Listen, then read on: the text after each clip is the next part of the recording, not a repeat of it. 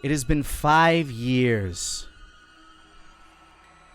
since Liara, Ludwig, Lucian, and Varric ascended from their once fragile mortal human forms and became the first generation of demons and devils under the guidance of Ramses Palto in the Midnight Kingdom. Through a bloody revolution, they overthrew the entire system that suppressed sorcerers and brought a proper structure of power back to the lands. Over time, they brought this land to heal and have made things prosperous. Under Ramses' tutelage, this place has never seen brighter days, with a trade agreement even open to the Southern Kingdom. Specifically the lands of Silver Rock, now ruled by Wolfgang Connolly. We join our demonic family 5 years after their initial ascension, as they look to bring yet more demons into the ranks of Ramses' family.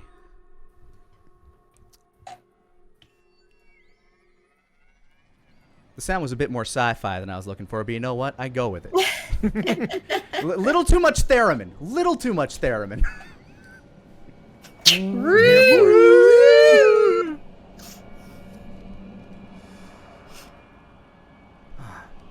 It's been about a year since all of you have been in the same room together. Early on, in the early days of trying to rebuild this kingdom, you'd often find yourselves in the floating city of Mitternacht planning the next step in restructuring these cities. But as little by little the uprisings fell and the people learned their proper place under the Arcane Innate, you have grown comfortable.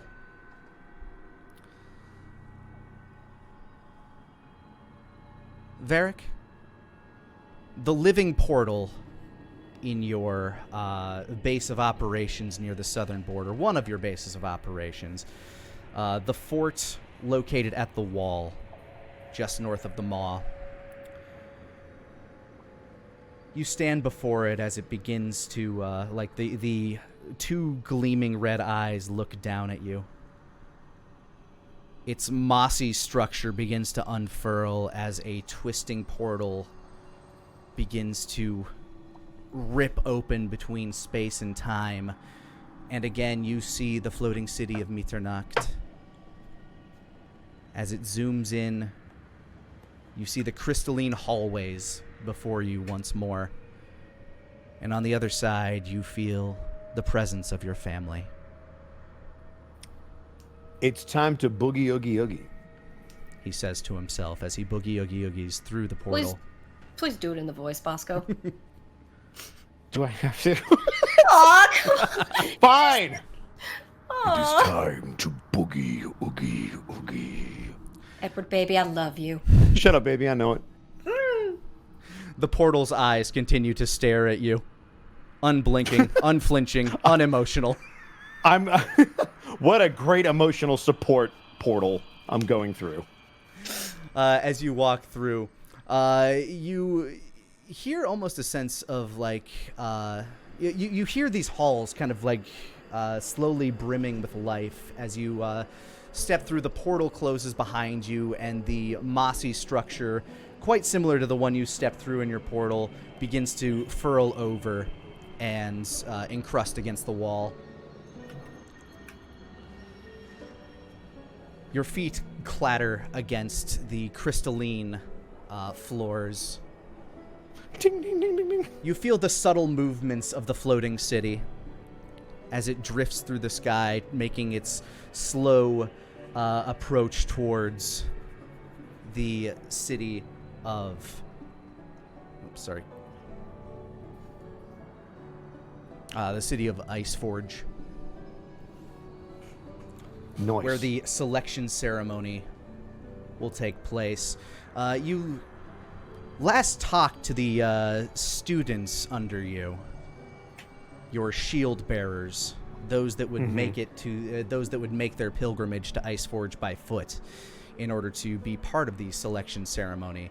A few weeks ago, they've been traveling and have been undergoing tests ever since. As you make your way through the halls, you find your way to the inner sanctum, the familiar long table with 8 tall chairs, the tallest chair at its center for Ramses. And currently in these seats, you find some of your family. Ludwig, you were the first to arrive.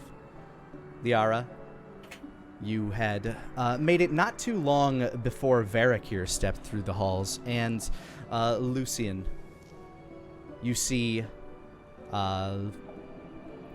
Varric step through this doorway as you make your way through the opposite doorway.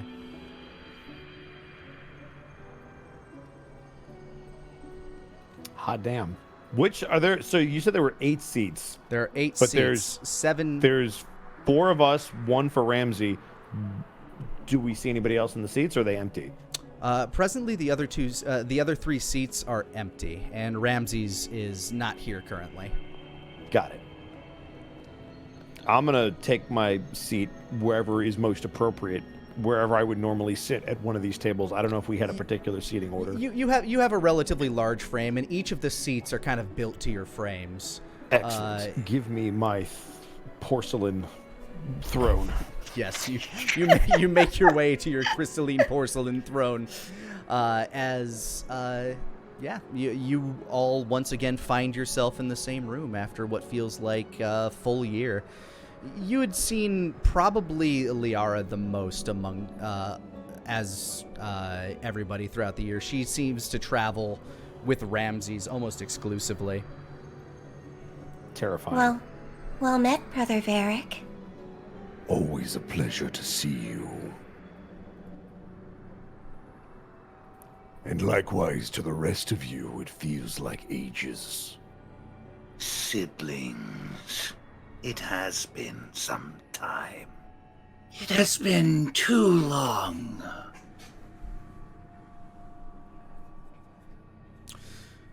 Just to give everybody a visual reminder,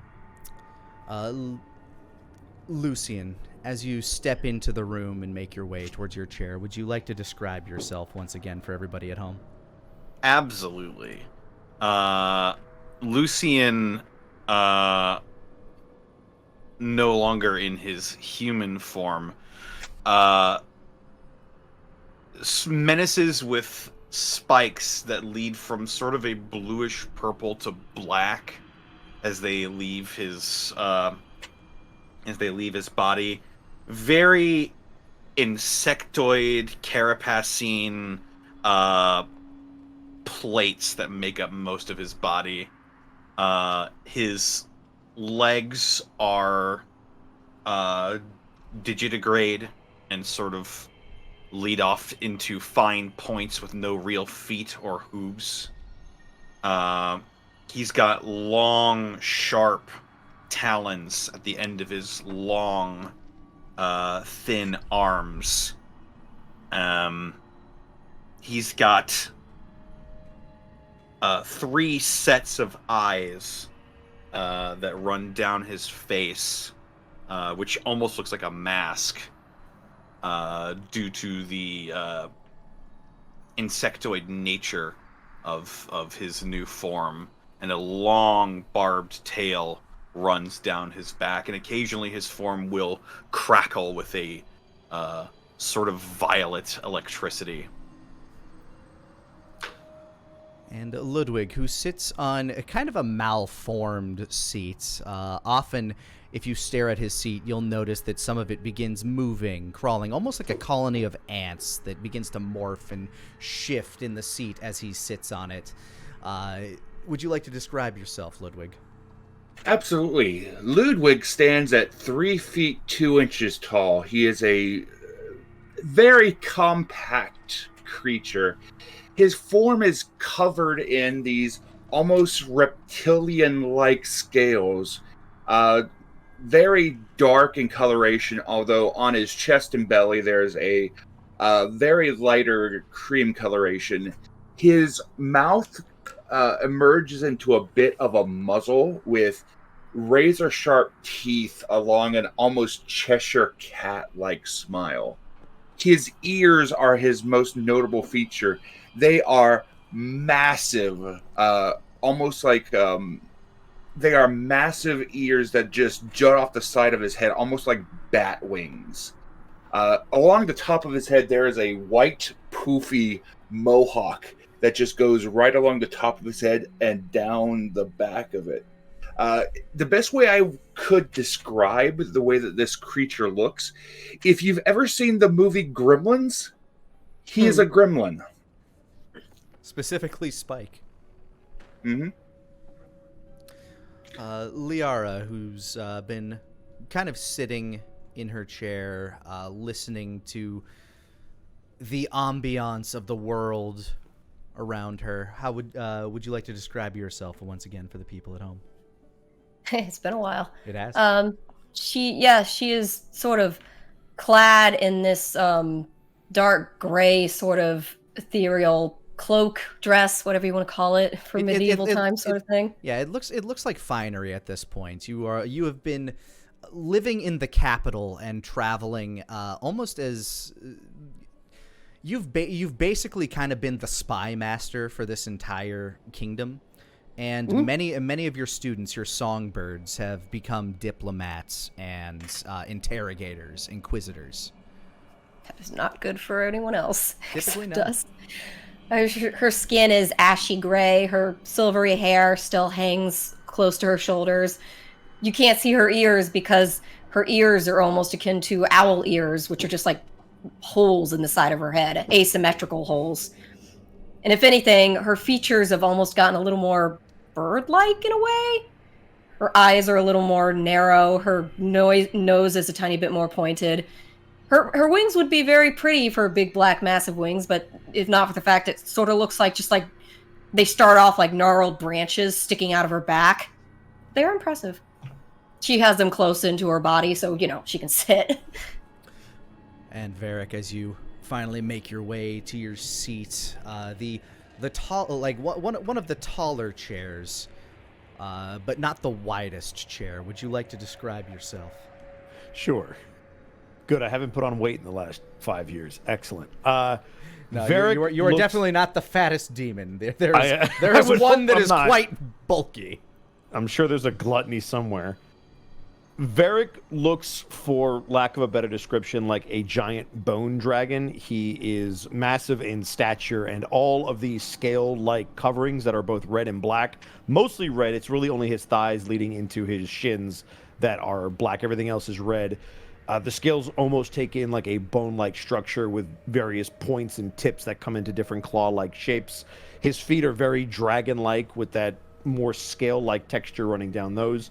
The claws almost looking like bones, likewise with the hands. They don't come to black tips. They look more like giant red bone hands.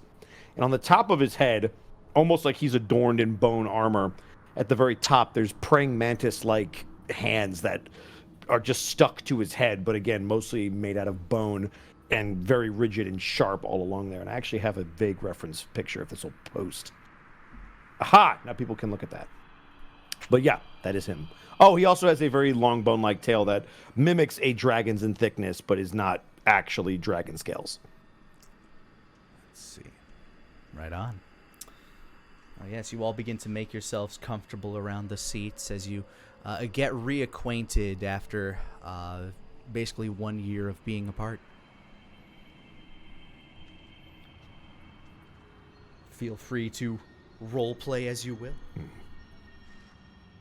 And how have you fared, Ludwig? Lucien? Very well, dear sister. Work keeps me moving, always keeps me traveling. Although, wherever I go, I'm never alone. He gives a even bigger grin. A trail of pink crystal-like bugs kind of crawl over you and then crawl to the other side of the chair, once again making it a bit more lopsided as they sink back into their original structure. I myself have been doing quite well. My geomancers are learning quickly.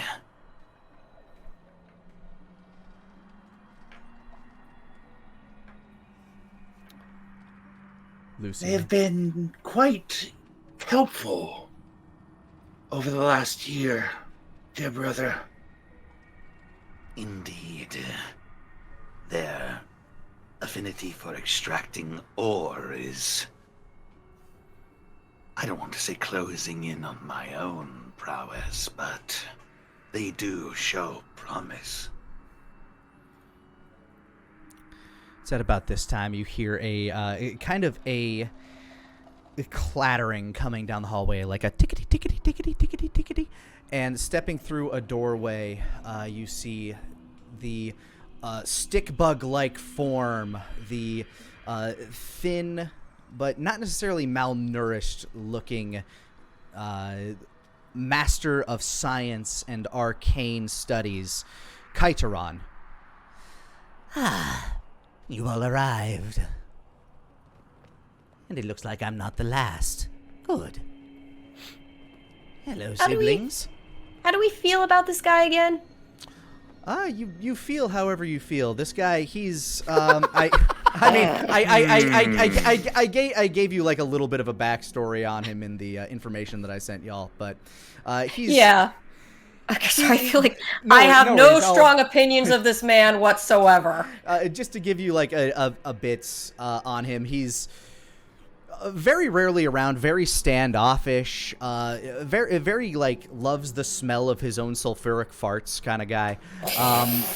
He keeps to himself a lot, very much a loner. He will often find himself burrowing from one of his laboratories to another, making many experiments. They for the most part have been good for all of you. The portals that a lot of you used to get here, the living portals, were one of his developments, although their initial implementation did end up with a conflict with the South kind of invading and learning that there was a bit of a military mishap as the initial, let's call it, strain of that particular portal consumed an entire base of its soldiers. Embarrassing. Yeah, it devoured a lot. It devoured a base of people in order to create a portal. He has since refined that and made it better. So every now and again, one of his experiments will go a little out of control and need to be handled. For the most part, he's able to handle it. There are probably a lot of experiments that got out of hand that you just plain don't know about because he put it down right away. But he's been experimenting for the betterment of your society, and it's kind of like a don't ask, don't tell kind of situation with him for the most part. Though if you do ask, he's usually pretty honest. To be fair, when it comes to mad science, casualties are a necessity. Allegedly. So as he stands there and begins to make his way over his kind of four legs, skittering on the ground as he makes his way towards his seat, which is next to the fattest seat, kind of between that seat and Varric's. Kaitaron, you said? Kaitaron, yes. Loyara nods in a polite sort of way, like, Master Kaitaron? though internally she's just like, ugh. His head is so unpleasant to hear. Sister Liara?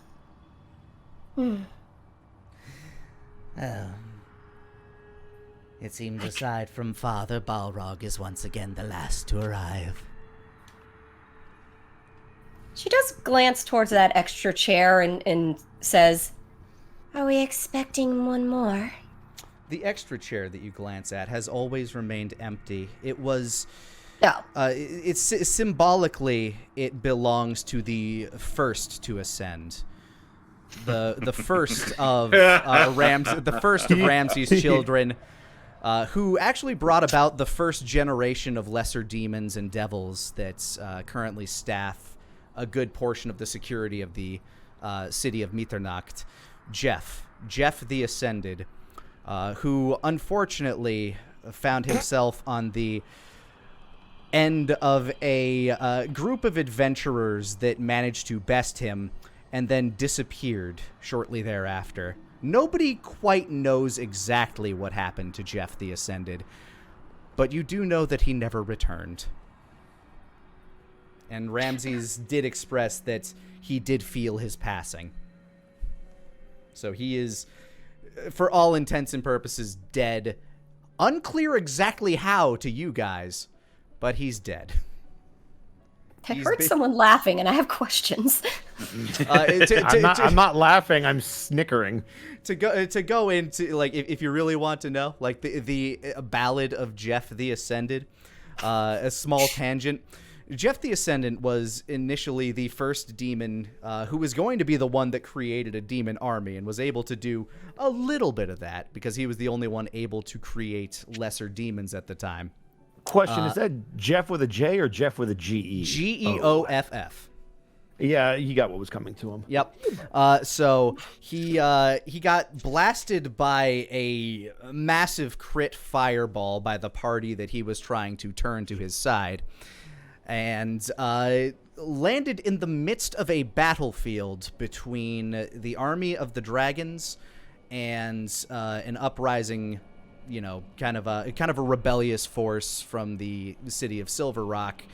At which point, when he rose into the air to shout his arrival, he was blasted by an arcane cannon from the city of Silver Rock into a nearby volcano, where he once again awoke and started to yell at a group of fire newts and traveling orcs who he was and what he was here for, at which point he was consumed by a red dragon.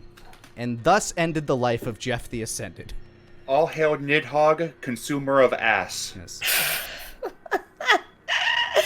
All right, then. He had some of the worst rolls of any NPC I have ever created. And just, you know, it's probably my fault for giving him kind of a funny sounding name. It's just like tempting fate, really. So, yes, he was consumed by a red I can't dragon. believe he got Diamond Weapon from FF7. Exactly. He was just ping-ponged everywhere and then eaten by a Beautiful. dragon. Fire the Sister Ray. Beautiful. So yes, that chair has remained empty because one of your original siblings originally inhabited that seat. All right, fair You enough. only met him once. In memoriam. So to your question, Kaiteron would look and say, Perhaps one day Father will decide to refill that seat, but until then, I suppose it remains empty. Internal cringe. his little mandibles kind of like pulling bits of gooey saliva back into his mouth. Yeah, like the inside of his brain usually to Liara sounds like clicking insects, like in Amnesia when you start going crazy. Yep. It's not very pleasant. I trust your research has been going well, brother. Quite swimmingly, in fact. I have a surprise to show Father as soon as he arrives. But let's just say, this Ascension Day may be a dawn of a new era for our kind. Glorious. Quite promising. Indeed. An intriguing prospect. You actually hear down the hallway the sound of what sounds like a beast kind of like snarling and banging against a cage. Indeed. He says. You as you all sit and converse, you begin to hear the footfalls of a normal humanoid frame. Liara, go ahead and roll me strange. All right. Oh, right. Need my First sheet. roll of the Come here, game. sheet. Yep. Come here, sheet. Strange. What did you call it? Wow. Whoa! Double one. Well, if it's who I think it is, that makes sense, to be honest. It is. It's one of those things where you begin to like try to reach out to sense, but there's nothing pinging back at you on this one. Like your mind is shielded or being forcibly blocked by this thing, and that can be one of like only one person you know can do that so effectively, and that is Ramses. See, that makes sense. It's okay if it failed. It's okay. It's okay. It's okay. It's almost like you a don't game. think anything's bad's gonna happen. Yeah. It's almost like a game to you, but yes, you all hear the footsteps approach, and as Liara kind of like stares off into the distance, trying to make sense, like trying to find the melody to this person, in walks Ramses Palto. Ludwig stands respectively for his father. As does Kaitaran. Liara as well. Her face sort of like an understanding, like, Of course. Well done. Likewise for Varric. It's wonderful to see you all together again. He stands in his robes and holds aloft, kind of like walking with his staff. The red crystal skull that once stood at the end of it is now a mere sliver of its former self. Every year he would spend shards of this crystal to create new brothers and sisters for you, as that was the only way to help those like you ascend. And over the years, with every passing ceremony, it has grown smaller and smaller, and he has therefore grown slightly weaker because of that. Clearly counting on the lot of you to maintain balance and order here, as he has somewhat diminished in strength. You would certainly never call him helpless. In fact, the lot of you, if any one of you were to try to attack him, probably would not have much of a chance. Now, if the lot of you attacked him together, a thought that's never crossed your mind, but clearly never crossed your mind. Mm-hmm. Except, Funny you should mention that, because I'm feeling froggy today. Yeah, I was going to say, it's never crossed your mind, except for that odd damn whisper you keep hearing every now and again. That whisper that tells you maybe things could be better if you were all in charge. It's a whisper you can't shake. Like, it's something that you're kind of able to, like, glance off as, like, no, I shouldn't kick that puppy. That does not sound like a fun thing to do. One of those errant, random thoughts that just passes by. You just let it go. Intrusive thoughts. Yeah. You let it go, but it always returns every now and again. And it's the damnedest thing. It's been happening more and more lately. it's just Freudian, that's all. Don't worry about it. I hear voices in my head. They counsel. They understand. They understand. They talk to me. Mm-hmm. They talk to me. I can make these references and you all get them. I'm so happy. So, it's been 5 years since we met Ramses. Does he seem older? We know he's a human.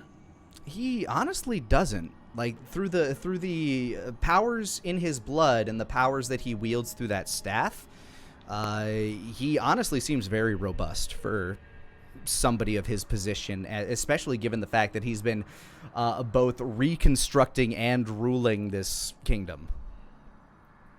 Like, that kind of stress does shit to a person, but he seems pretty he seems pretty robust for somebody who's been doing that for 5 years straight. It is so wonderful to see all your faces again in the same room. Where's Balrog? He says, glancing at the widest of the chairs. And at that point, you hear the heavy footfalls coming down the hallway that you entered through, Varric. Boom, boom, boom. The room gets slightly warmer as he approaches, as the heavy-set bull demon cloaked in kind of rock-like skin with cracks of burning lava, peers through the kind of holds his arm to the side of the door as he peels in. I'm here. Better late than never. It's not my fault. I swear you need to build those portals more robust. I burn them anytime I get near them. Maybe you just need to calm your flames. Don't give me that. How positively ferocious. Well, it seems like we're all here now. Indeed. Calm yourself, Balrog. Ramsey says. He kind of taps his staff on the ground, and Balrog takes a moment, takes a deep breath in, and you see the red, the orange and yellow lava kind of pulsing beneath his flesh kind of calm down a bit into a just kind of a deep red. And the room gets a little cooler. It still feels like you're sitting in a sauna, but you're demons. You don't give a shit. He walks. What even are feelings? Seen one, seen them all. Fuck it. Yeah, you know how it goes. Yeah. This heat, by the way, probably something that would damage any normal person while you're in his vicinity. As he walks over to his seat and takes it, you hear kind of a crystalline crunch as he sits down, and his wings kind of furl back to not get in the way of Kaiteron's face. I'm gonna make sure I sit up my tallest just so that I look taller than him. He go ahead and give me a body roll with that. Excellent. Just to see how much Posturing. I mean, partial. I'll take it's an 8. Yeah. So you straighten up. He notices and starts to straighten up as well. So you're both having this kind of It's gonna be a silent dick measuring contest because, in my mind, we're just the polar opposites. It's the offense and the defense. Exactly. So we're just you who has essentially become the Minister of Defense here, and Balrog, who is Mr. I want my fight money over here. Exactly. Liara is hearing their thoughts as though it's a much more elegant version of dueling banjos. Exactly. You're hearing you're hearing the musical dick waving contest. The cello equivalent of dueling banjos. But without saying a word or making a noise, it's just eye contact. Lani, while nobody's looking, Ludwig is going to take small pieces of his chair and use it to reinforce Varric's chair to make him just a little bit taller. to give him a booster seat. Go ahead and give him a booster seat. Go ahead. Get the booster seat. Let's go. Go ahead and give me a roll plus strange. 8. This happens, but not without surprising Varric. Varric, as you're kind of straightening out and wiggling and straightening and wiggling, you slowly start to feel these bug-like creatures begin to crawl under your ass to the point that they're almost kind of surprising. And you look down, you see these crystalline spider ants crawling up and slowly creating a platform for you to kind of wriggle over. Kalima! Not the dung beetles! Not the dung beetles! God! But yes, you do. As this goes on, you do win this Let's dick go. measuring contest. My back is better than yours. I have better spinal structure. But Ramses, who has kind of started talking, notices as you're both fighting and just immediately snaps head. Attention. Done. At which point, you are seated taller than Balrog at the end of it. Yes. Apologies, Father. Do go on. Of course. Another Ascension day is upon us, which means we will be adding to our family yet again. Presently, your best and brightest of those that study under you are currently undergoing the final tests at Iceforge, where the college once stood and has now been rebuilt. Thank you again, Ludwig. Of course, Father. Always happy. But before we get to the ceremony, it is of course, very nice to once again hear how each of you have been faring over the past year. And it kind of turns back to you, Varric, as you were the first one to grab his attention throughout this. Great. Tell me, Varric, how is the border faring? The southern border is as secure as it ever has been. My shield bearers do their best, and though I struggle to find one to match my own prowess, they are good enough. Wonderful to hear.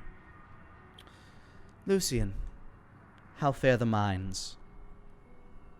My geomancers work to unearth the ore deep within the soil.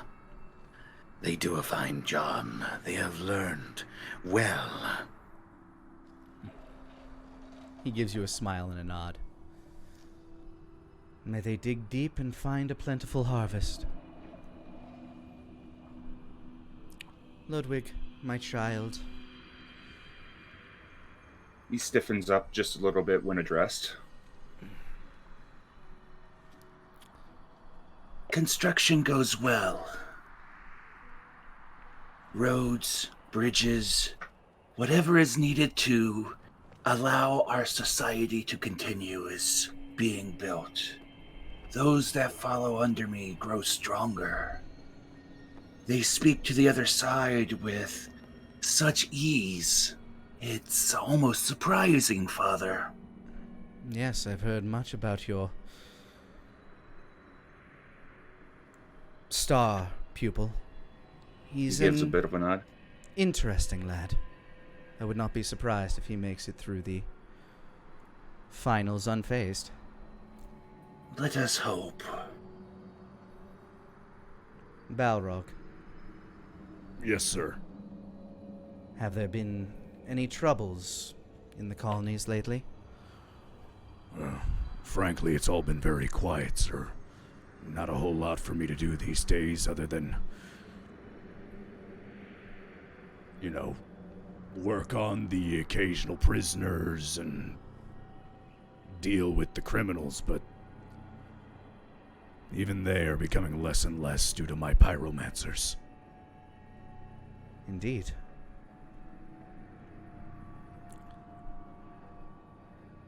You're welcome.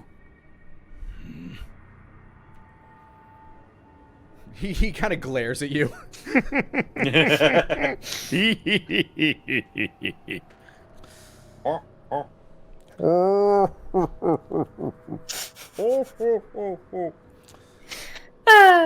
Daughter Liara, I know we spend so much time together, but how fare your songbirds? The flock thrives, Father. The amount of variety is incredible. Some are like me and hear the music. Others see it as colors in the sky. Some like words in a novel. My little thrush thrives quite nicely. I feel he has much promise. He does. In fact, I believe he passed with flying colors even before the remaining events were to take place. As expected. The way he describes it seems quite lovely. He sees the auras as though colors floating around their people's souls. I'll be fascinated to see what he sees when he makes it here. Thank you, Father. And Kaiteron, your reports indicated you had something you wished to show us.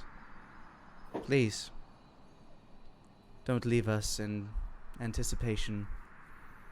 Of course, Father. He lets out kind of a chittering, screeching sound that sounds like...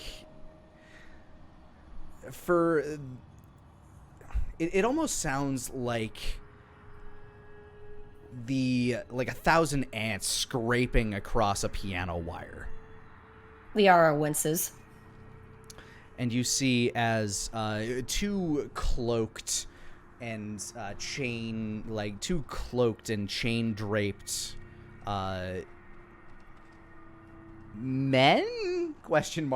Start to drag in this small crate covered in a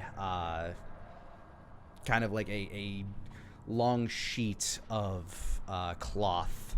You see as the crate kind of buckles. It's about a 3 foot by 3 foot crate.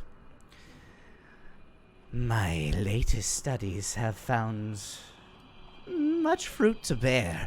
I merely glanced at the histories and found that there was once reported a miasma that would corrupt lesser beasts, those of little to no intelligence, to become greater than themselves. And he peels back the curtain, and you see there this hulking monstrosity of a long-eared creature, four eyes dotting its cheeks and brow, as it kind of like glances around and screeches with very pronounced fangs as it reacts to the light of the room and the heat in the room. Its flesh seems to be equally leathered, but also very brittle, as it glances around and screeches and kind of like bashes itself against the side of the cages. My experimentations turned a measly little rabbit into this beast that we can twist and contort and bend to our will. As you see, he reaches out and anybody who wants to can give me a wits roll here. Sure. All right, why not? Liara. Liara, what's going on today? I'm going to give it a minute, let it cook. There we go. Yeah, thank you, Ludwig. 13 from Ludwig. Ludwig with a 13. Oh, it's coming. 3 for Varric. Oh, it's 6 coming. for Liara. Oh, it's coming. Connor, come on. Come on, buddy. Come on, buddy. I believe it's in the yellow. Is it taking its time? It's just taking its sweet ass time. I'm going to go ahead and roll manually. That is also taking its sweet ass time. Oh, no. Oh, weird. Try refreshing. Wow. See if that's Yeah, okay. refresh. Yeah. He's going to refresh and they're all going to show up.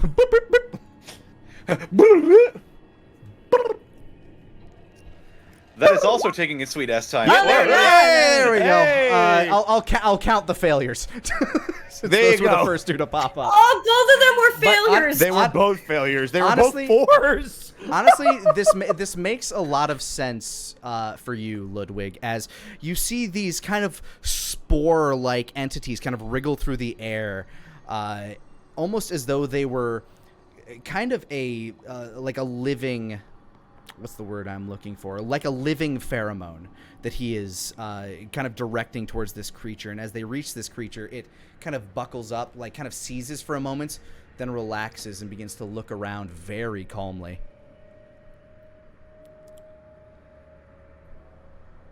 It is now as docile as any creature, but should I desire it? And you see Ludwig once again as kind of a different shape, like almost this like amoeboid-like dance in the air of these little particles begin to kind of like shift. It begins to get like tight on its haunches, almost as if it's about to pounce, and then once again it rams its face into the front of the crate over and over and over again until its face begins to bleed. And Ramses will kind of hold up his hand and say, "That's enough." Yeah. But the Liara will stand up. cage And kind of this begins is to just buckle. this is just for her own interest.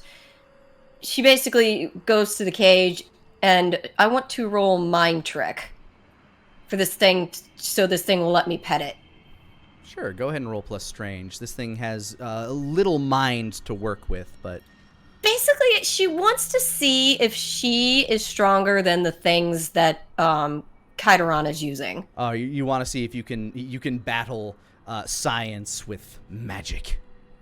Yeah, kind of. Go for it. 13. Wow. And at that, as Ramses kind of stands up and says, "That's enough," you stand up and immediately, like, it kind of like you connect with this thing's mind as you kind of look it in the eyes as it's trying to tear at this cage and starts to bite at it, and it locks eyes with you, and it calms down immediately. Kaitaron looks to you. Behave yourself. She'll step forward to the cage, reach her hand through the bar, and just give its cheek a caress. It nuzzles up to your hand. We can be friends, can't we? It kind of like moves its head back a little, sniffs your hand, and then with its tri-forked barbed tongue licks your hand. Very good. Sit. It sits. Like, she notices those things you said are like the way its haunches are trying to tighten against it. So she's trying to see. And she's satisfied. She turns and says, Very nice work. He's a very good boy. He looks to you like, go ahead and give me a wits roll as he responds to you. That's a 10. He is, he feels as though he's been slightly shown up. He's still very proud of his achievement, but as he looks at you, he's like, fucking show off. Like, he's got that look in at least 3 of his eyes.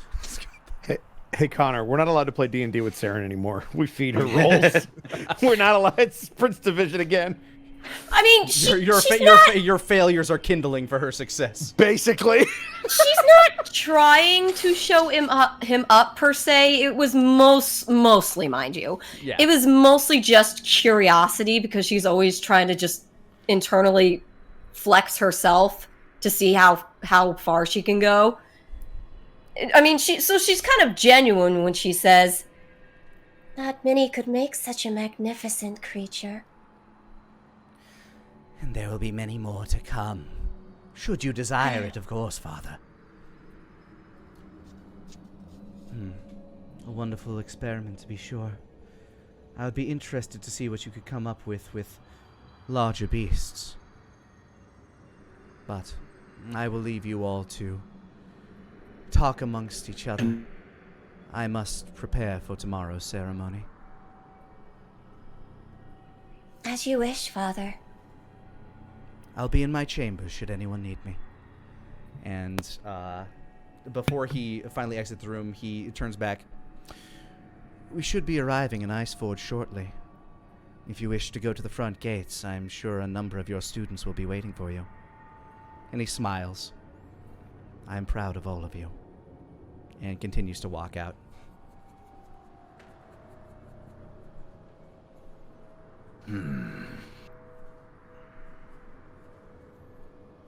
have we all met each other's little prodigies yet? Or You have are not they... met each other's prodigies, but you know your own. Of course, yeah. For the most part, you guys don't even necessarily travel with your prodigies, except like they all kind of end up in their own spots, and whichever ones you guys take a shine to are the ones that you kind of end up tutoring or showing the ropes at various locations.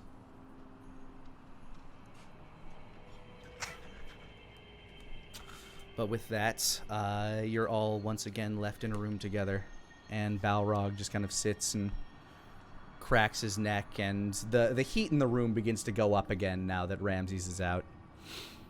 Oh, good. Again, to normal creatures, this heat would be dangerous, but to you lot, it's just like it's like sitting in a sauna. Does it look like he was suppressing it for Ramses, or did something set him off about the exchange that he's only now expressing? You can tell that he's still slightly butthurt that you're taller than him right now, but Deal with it, bitch. but for the most part, it does seem like he was suppressing it for Ramses. Oh, that's adorable. Fight me, bro. You know, demons and fire resistance or immunities and all that. Yeah. So another Ascension day has come. I wouldn't be surprised if a few of my students made it this year. Had a couple pyromancers that really knew what they were doing. Is it normal for more than one ascension? Yeah, I was gonna ask. Every now and again it happens. Honestly, it's most rare for it to be like one of each to make it. So some years, like Ludwig, you might have had like a couple that showed great promise. Or really, what the tests are for are to make sure that those that give the option of ascension are truly the ones most deserving. I would assume also if they can even survive it.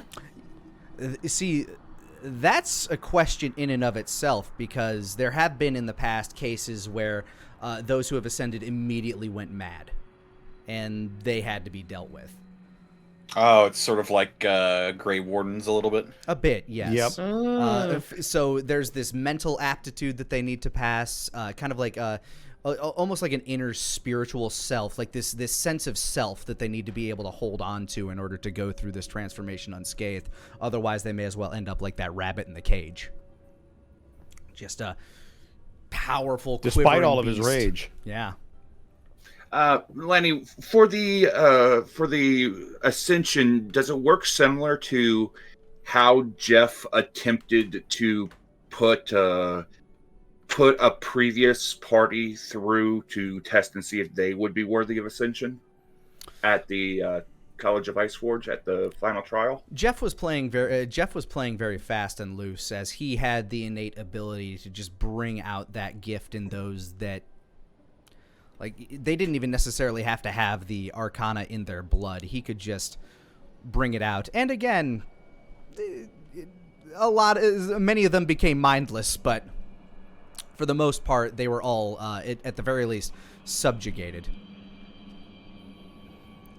Like, a lot of the guards around, the bearded devils, the Cambria, who are more intelligent of those that he was able to ascend. But, like, the chained devils, those that are just kind of, like, silently walking around town and just doing what is necessary, a lot of them lost their sense of self and just kind of became mindless drones to the machine that Ramses has crafted. My siblings, I have been pondering something for a great deal of time, and I wish your opinions on this. With each Ascension Day, the Great Crystal, it grows smaller and smaller. What happens when there is no more crystal?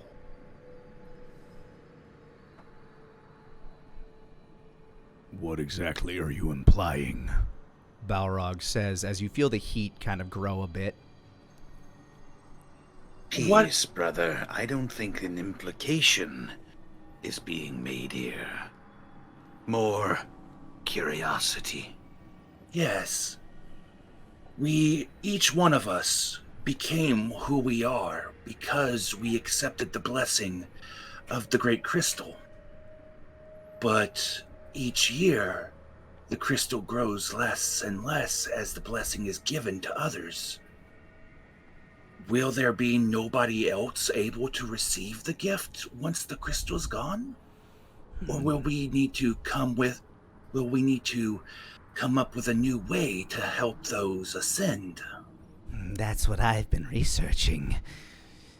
Of course, human test subjects don't exactly make it through the process just yet. Do we above game, do we know that crystal is like the only one? That's a good Like, what has Ramsey question. honestly told us about this crystal? That's a good question specifically for you, Lyra. Go ahead and give me a roll plus smarts. Okay. Character sheet. There it is. All right, my smarts. Smarts. That is a 6. That's I have no bad. smarts. So used to gateway rolls. Yeah, right? Hey, we're going into Prince Division rolls now. Yeah, we are. As far as you're aware, Liara, the crystal that Ramses has is the only source of this power that has the ability to ascend people of your kind outside of potentially what Kaiteron is working on with this miasma that he has been cooking up. But obviously that isn't quite where it needs to be to do exactly what these crystals are able to do. And it's hard to say, like, yeah, basically that's about as much as you know. I would remember that even before he rose us, Father was able to find and free us. I would assume he has more sources of power than just that. Still, with every ascension, I'm sure you all feel it as well. He grows weaker and weaker. I would be lying if I said I wasn't concerned. Balrog kind of sits contemplatively. He shifts in his seat, and you can hear it cracking again under his weight.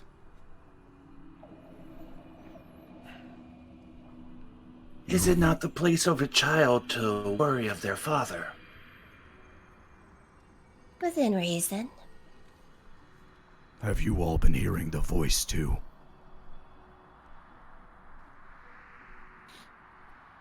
I assume we're all just looking around at each other silently for a moment. Yeah, that actually does disturb Liara a tiny bit. The one that whispers in your ear at night.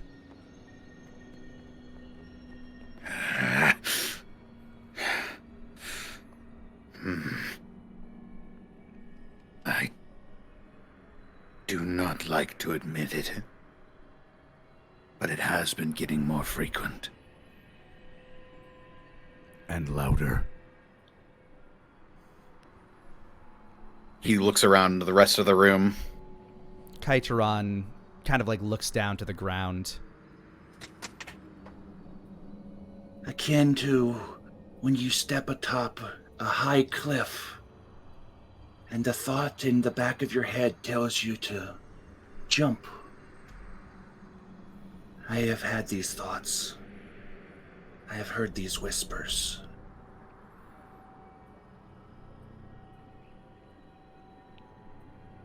It tells me that the world should be ours. Something that deep down I know is true. The pathetic beings that inhabit the South. What gives them right to the lands that they burned our people out of?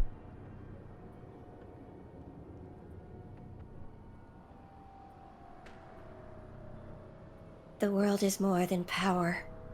There are... She says this next word sort of disdainfully, but, you know. politics in play.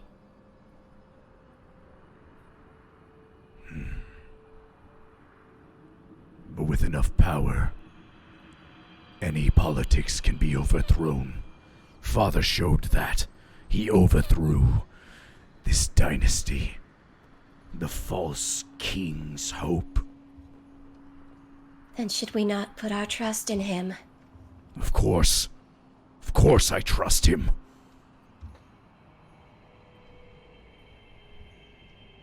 And yet... Would you go to him with these concerns, then? I have. That actually surprises her. What did he say to that? He spoke your words. And then he spoke the same words he says every Ascension Day. That the choice is the most powerful tool in our arsenal.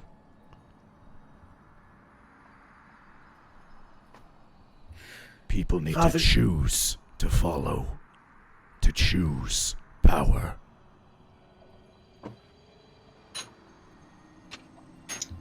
Father seeks cooperation with those beyond the maw. That is why he set up a trading camp with those in the Silver Plains. Have any of you ever wondered Kaiteron kind of finally breaks the silence. why Father himself never chose the gift he gave us. Lucian sort of freezes and looks down. I have. It'll get. Maybe he will be the last. Once the crystal is diminished. Perhaps. I wonder. You say he weakens as the crystal is used. Perhaps You feel this it. is not a- Perhaps this is not a gift he can give to himself. Perhaps he knows his demise will one day come, but he chooses to give of himself so that his legacy will carry on. To leave us with the world he created? I shudder to think of that day. You feel as the building, like the palace kind of begins to rumble a little bit. You know this as the feeling of it finally coming in for a landing as it shudders and makes its way down into the crusted land below.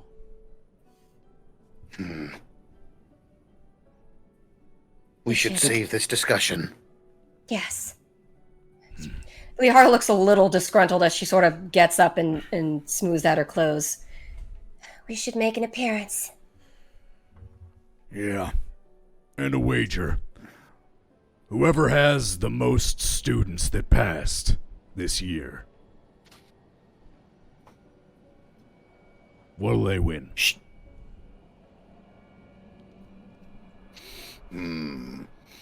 Your I own do know how you covet bragging rights. your own accolades, I suppose. Boring. He looks to you. He looks to you, Varric. Come on, you and me. Whoever has more. I don't like to make losing wagers. Then you admit your flock is weak. He smiles. I set a very high standard.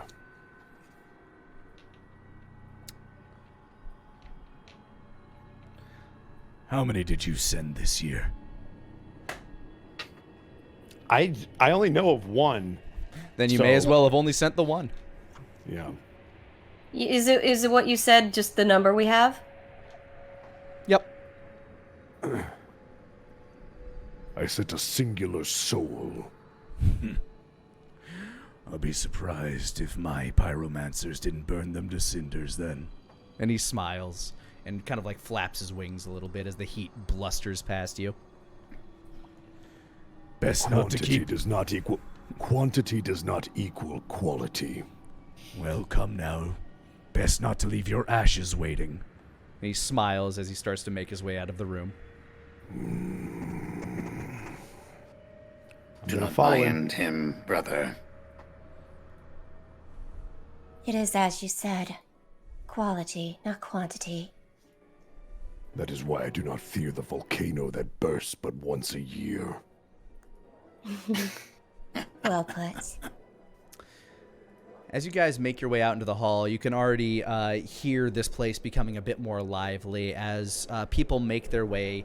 A lot of the nobility start to make their way from Iceforge onto the floating city of Mitternacht.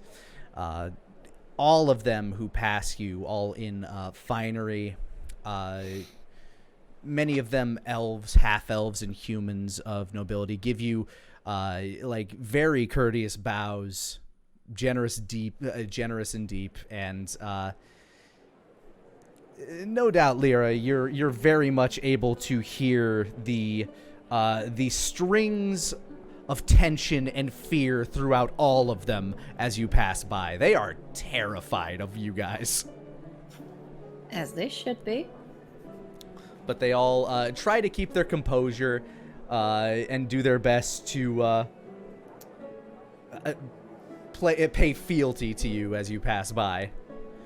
many gracious thank you for your wonderful work, especially to you, Ludwig, as you've rebuilt many of the cities. I have a question real quick. We're walking on the crystal of Mitternacht, yes? Yes, you're making your way towards the bridge that would lead to the land. What color are our footprints? Ever since it began to float, the entire city has been pink. Okay. It is no longer the same crystal that it was. Real that it demons once were was. pink. Yeah. It is shades of pink and red is the entire crystalline structure of this city now. But as you make your way to the bridge, you begin to see some familiar faces. First and foremost, let's see here. Who would be first? Let me go ahead and roll for this one. Oh boy. Yeah. Mm-hmm. Da-da-da. First and foremost, you see like a very in a kind of a dusty gray cloak, a stout woman that Lucian you would recognize as your student Sadie. Your student Sadie. She looks up and just gives you a nod. Miss Slade. Master Lucian. She It is good she to stares see at you you. she stares at you very blankly. Is it? He tilts his head to the side. It is nice to be back in your company. Is it? She nods. Good. You were my brightest pupil. Indeed. None of the others made it. Though that wasn't too much of a surprise. They were weak. And you are quite strong. Yes. The trials. I thought they were simple exercises, leading to something bigger, but before I knew it, they were over. And I was being interviewed. It was tedious. You are bored, Miss Slade. The talking, it felt pointless. I assure you it is all so that things may move smoothly. The true test is yet to come. Kind of like bumping through the crowd, and actually bumping past Sadie is a half-elf male, very excited, runs up to Varric. Master! Okay. Slow turn and look down. He stands and gives you like a very curt salute. I passed the test with flying colors, sir. Congratulations. It is but the first step. Of course. I can only dream of one day even getting a sliver of your ability, but I hope I have proven acceptable. You have. For now. Oh my god, this guy has such, oh by the way, I just got engaged to my childhood sweetheart and she's pregnant energy and I'm gonna retire in 5 days, thank the Lord. Oh, Jesus. Why would you put that evil on him? Oh, I'm sorry, he really just has that energy. Liara, you begin to hear a very familiar kind of like tune running through the air as Leif Gallothrush, a small, kind of dusty-haired, freckled boy, makes his way through the crowd, looking at every single person, like just looking at them as if he's studying their entire life as he walks past them. She'll call out, Leaf. Lady Liara! And he makes his way over to you, almost a bit of a jaunt in his step. I passed. She'll reach out. I passed, lady. I made it. I can see. Gently wraps a hand around the back of his head and pulls him close. He smiles. Pay attention now. Don't get distracted by all the colors. There are so many. They're all so terrified of you. Why? Sort of kneels down to his height a tiny bit. Not quite, but just and tilts his head up so she can look him in the face. They simply don't understand. They don't have the gifts you do, or I. Why don't we make them understand? She actually genuinely smiles at that, and very gently, because she's very pleased with that, touches his forehead with hers. He blushes. Perhaps we will in time. Will you show me around the city? I've never been. Oh, calm yourself. Work first. Of course. But a Perhaps tour, as a reward. A tour of the palace later? We shall see. Okay. Now behave yourself. Walking through the crowd, next, you see Balrog, kind of like who's left the group, walks up to you. He looks slightly disappointed as he walks up next to this kind of bronze-skinned woman with a shaven head. He looks to Varric and kind of winces for a moment and then sees there's only one person standing next to him and then kind of gives a sigh of relief. Okay. Do I notice all of that? You do. Actually, go ahead and give me a wits roll. Why don't you? Just because you Sure. were addressing your student. Partial? 7? You notice as you look up from your student, he does give a sigh of relief and then immediately compose himself. My best and Mind your brightest facial features, brother. My best and brightest made it through. Bordish! Introduce yourself. You've already done that for me, Master. As this woman kind of glances towards you, you see in her eyes, her skin is almost like the texture of bronze satin, and her copper-colored eyes almost have kind of a hint of a lizard-like slit to them, and they ripple with this kind of golden, fiery energy as she looks over you. My name is Bordish.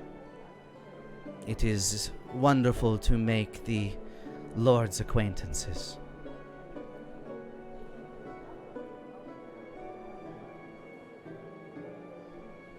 Ludwig nods in her direction as acknowledgement. Varric is just going to fold his arms. She actually walks up to you, Varric. You, my lord. Are you the one that causes my lord such hardship? Such mental anguish? Why are you asking me? You just strike me as the one is all. I mean no disrespect. Varric is going to slightly look up at Balrog to see if he reacts to this. Give me another roll plus wits. All right. That is a failure. That's a 4. He seems to be doing a good job holding the composure of his face. Mm-hmm. Varric will then very slowly lean down so that he can whisper this to them. Your master is quite powerful, but he will not teach you discipline. I had to learn that on my own, she said. Then you're smarter than he. And he'll stand back up. She gives kind of a sly smile to that. Finally, you hear somebody as they're walking through the crowd. Oh, nice to meet you. Yeah, don't worry about that. Oh, hey, sorry, didn't mean to bump into you there. And heck, your bud. sorry about that. As he looks, dude, is Monty in this game? My god! As he looks up, he sees Ludwig. Oh, hey there, master. It starts to walk over to you. It starts looking at everybody else. Oh, hey there. Hi. Hello, everybody. Wow, you're tall. Looks at you, Varric. Oh, I take it back. It's Taka. What have you done? Oh dear God, Liara has to look into this kid. Has to listen to this guy's music. What the fuck? Go ahead and give me a roll plus strange. Okay, I need.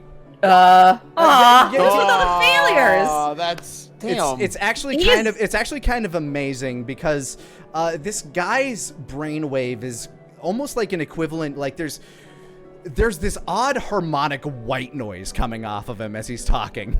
Okay, that actually makes a lot. It's just. Well, very nice to meet all the masters. Master Ludwig, they passed me. Wonderful. I trust that your friends had a hand in aiding your success. Oh yeah, they helped out a whole bunch there. Met a few new friends actually. They're sweet guys, sweet fellas, and a lady, sweet lady too. Hi, my name's Tim. He just waves. I don't know what to do with this. Kind of claps his hands together. Well, I haven't eaten all day. I'm gonna go find a place to grab up some grub there. Wonderful. Enjoy the festivities, Tim. I will.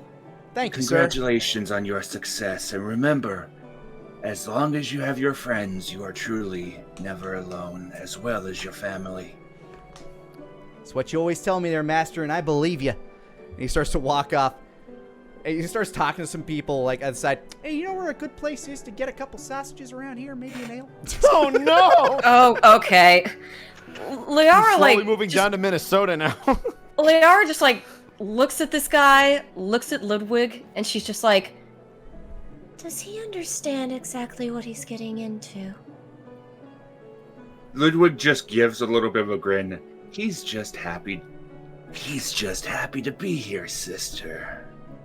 He speaks with a clarity that I rarely have seen before. He's able to speak to those on the other side. It's rare to see that type of innocence amongst, well... You always did have a strange flock. Sadie looks back up to you, Lucian. Where am I staying? You will be... Where would I know if she'd be staying? She'll be staying in the palace in one of the many guest rooms there. Why, for my brightest pupil, you will be staying in one of the palace's guest rooms. Am I to show myself there? I could show you, if you'd like, when it's time. And I would appreciate that. When is the correct time? There's we're getting ready for like a big announcement at the moment, correct? Not really. All the true pomp and circumstance of the events will be tomorrow. Tomorrow? Yeah, tonight is just people arriving into the town and making their way to their own inns, and just there are parties throughout the town, but the real events begin tomorrow. If you'd like, I could show you now. I would greatly appreciate that. Very well. Come, Miss Slate. At that, Leif is going to kind of look up at you, Liara. We're going to the palace? If you'd like. He kind of gives you this apple-cheeked smile and just nods very fast and twitchily. Very well. With me then. She will lead him on with just a sort of proprietary hand on his shoulder. Corvin, your student, Varric, just kind of continues to stand at attention next to you. What are our events for the evening, sir? I assume it's just the Ascension ritual that will take place at the palace, correct? Yeah, the Ascension ritual tomorrow. Yep. Tonight you will rest. Tomorrow will be the ritual. Very well, sir. We move. And he'll start walking. Yes, sir. And Corvin glint spear begins to follow behind you in a very tight march. Corbin. Poor Corbin. I didn't pick his name. I know, again, it's just these vibes of this. Oh, I've seen him. Yep, he's supposed. Yep. His baby sister is ill and he's trying to pay her way. He's just finally paid off his debts. I can't wait till I have to give him the motivational speech prior to the fucking ritual. Bordish has kind of been following your group, and Balrog is kind of traipsing behind her, just like, I'm doing this too. Wait, have we seen Kitaran's guy? Or did I miss that? Kaitaran actually didn't accompany you down here. I don't think he expected a student to show up, but nobody asked him. Fuck it. Because he's not here, can I roll a wits roll to see if there's anyone who looks like they're looking for him or something? Since they obviously would think he's with us. Go for it. Sure. Wits. That's an 8. Hey! I don't find anybody to be looking for him, or looking around, or for the most part, any other person you see around here is either desperately trying to avoid eye contact with you, or as soon as your eye glances across them, they kind of like seize up for a moment and then like bow and like do whatever they believe they need to in order to be respectful. Alright, then I'll just keep going. You make your way up to the palace and past a lot of the servants who are setting up for the events, and yeah, like you can see in the main hall, there is a very large table being set. There are decorations being moved and tranced about. A lot of your former students, and current students, actually, Ludwig, are helping with this presentation as they begin to conjure creatures to help move and set things right. As you make your way through the palace, Liara, Leif looks to you as you begin to cross like kind of a section of hallway. And he looks down one direction. Lady Liara? What's down that hall? He says as he points down a hallway that you know to be leading towards the crystalline prisons of Ramses' greatest quarry. Specifically, that's where, at the very least, the Archmage is kept, as well as a few other prisoners that Ramses thinks are too dangerous to be kept in any type of real prison. So they are made living statues. Oh, right, the ones still alive in the crystals? Yep, basically frozen in time in crystal. A tough game. Am I allowed to take him to see that? You can go wherever the hell you want. You're one of the lords of this place, and if you deem it, you can bring him there. She smiles. I mean, I'm going with the idea, it's like, girl, this kid may be dead tomorrow, so I feel like I should be, like, making his potential last day as whatever he wants, for the most part, within reason. What do you want for your last meal? What? It's a little like, the Hunger Games, where they give them all this, like, luxury and great food and stuff before they send them half of them all to their death. Yeah. Tell him to make a wish. She'll smile down at him. Would you like to see? The colors are so somber. I think I would. Come along. She'll take him down that way then. And he begins to follow you. You make your way down the hallway. There are several chain devils kind of like standing at the front of the room. They look at you and give like a curt salute and nod. They are non-vocal, but you can hear by their presence that they are at your command. She'll turn to Leaf and reach out her hand. Come along. He'll reach up and grab your hand. Assuming he might be slightly intimidated by chain devils. He doesn't seem to. He seems to grasp, just like you do, that they are supplicant to you. And so he knows that at the very least they will not make him... They mean no harm to him so long as you are with him. And as you open the door and make your way into this hall of living statues, at the very center of the entrance, you of course find the Archmage frozen in crystal, where Ramses trapped him after he overthrew the government. Is that who I think it is? Above game, he knows.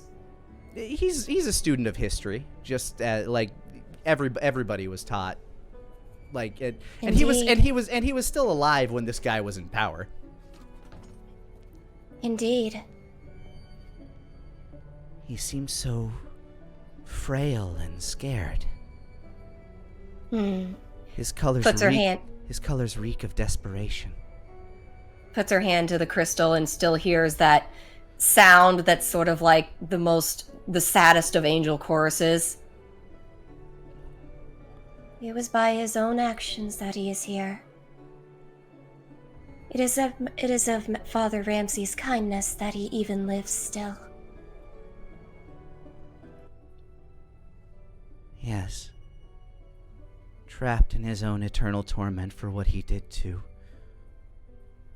And he kind of trails off for a moment. Gives him something akin to a comforting rub on the shoulder, or caress maybe. Do not worry. He can hurt no one anymore. None of them can. He looks to the left. And down that way. Where is he looking?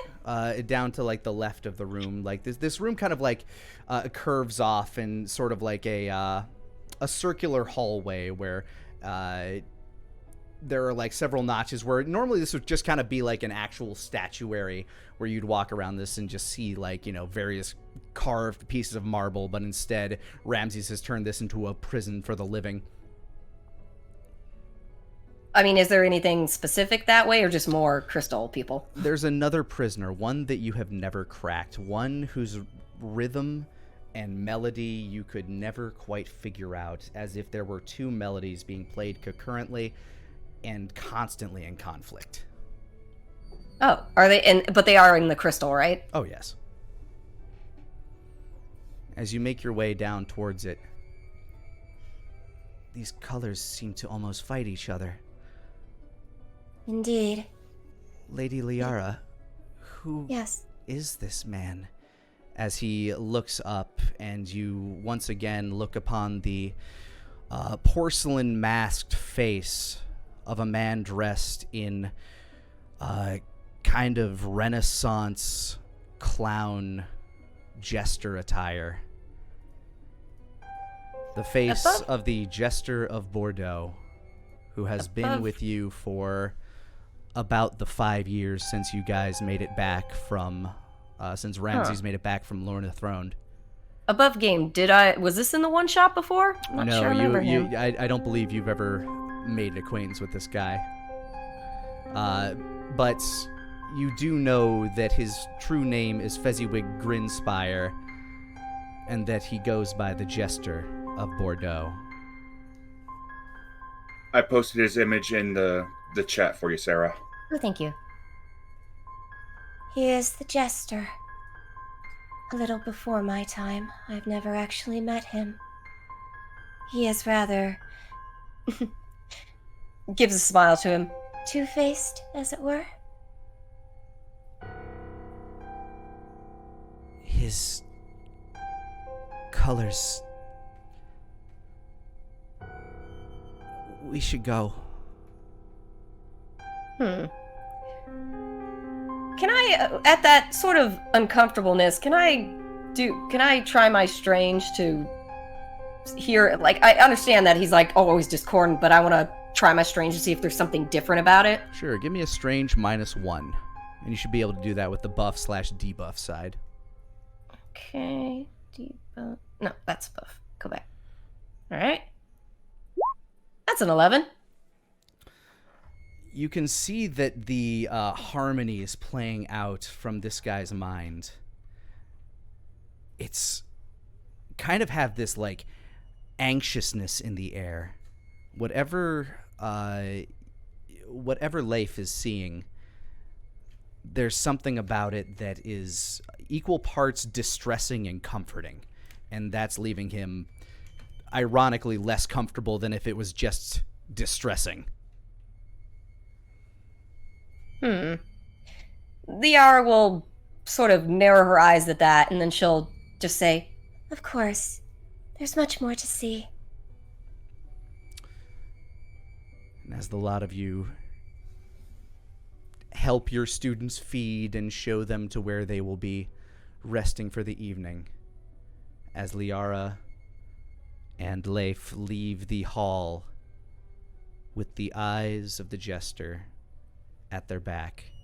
Here's where we'll take a quick break. Hey guys, Lani here. I just wanted to thank you for rolling with us, and if you wanted to catch us live, you can do so almost every Monday at 5 o'clock Central Time over on twitch.tv/Lanipator. Now, back to the show. So, while you as demons don't necessarily sleep, all of your students still do until they make their ascension. Tim eventually found his way up there after asking enough people. He figured out where to go. And everybody is currently preparing for the ceremony as, the lot of you, like, dawn arrives. Well, I guess it doesn't because you're in the eternal night portion of the city, but the crystal begins to glow, indicating that the city is waking up and people are beginning to move about their day, kind of giving this luminescent, almost aurora-like shimmer to the air.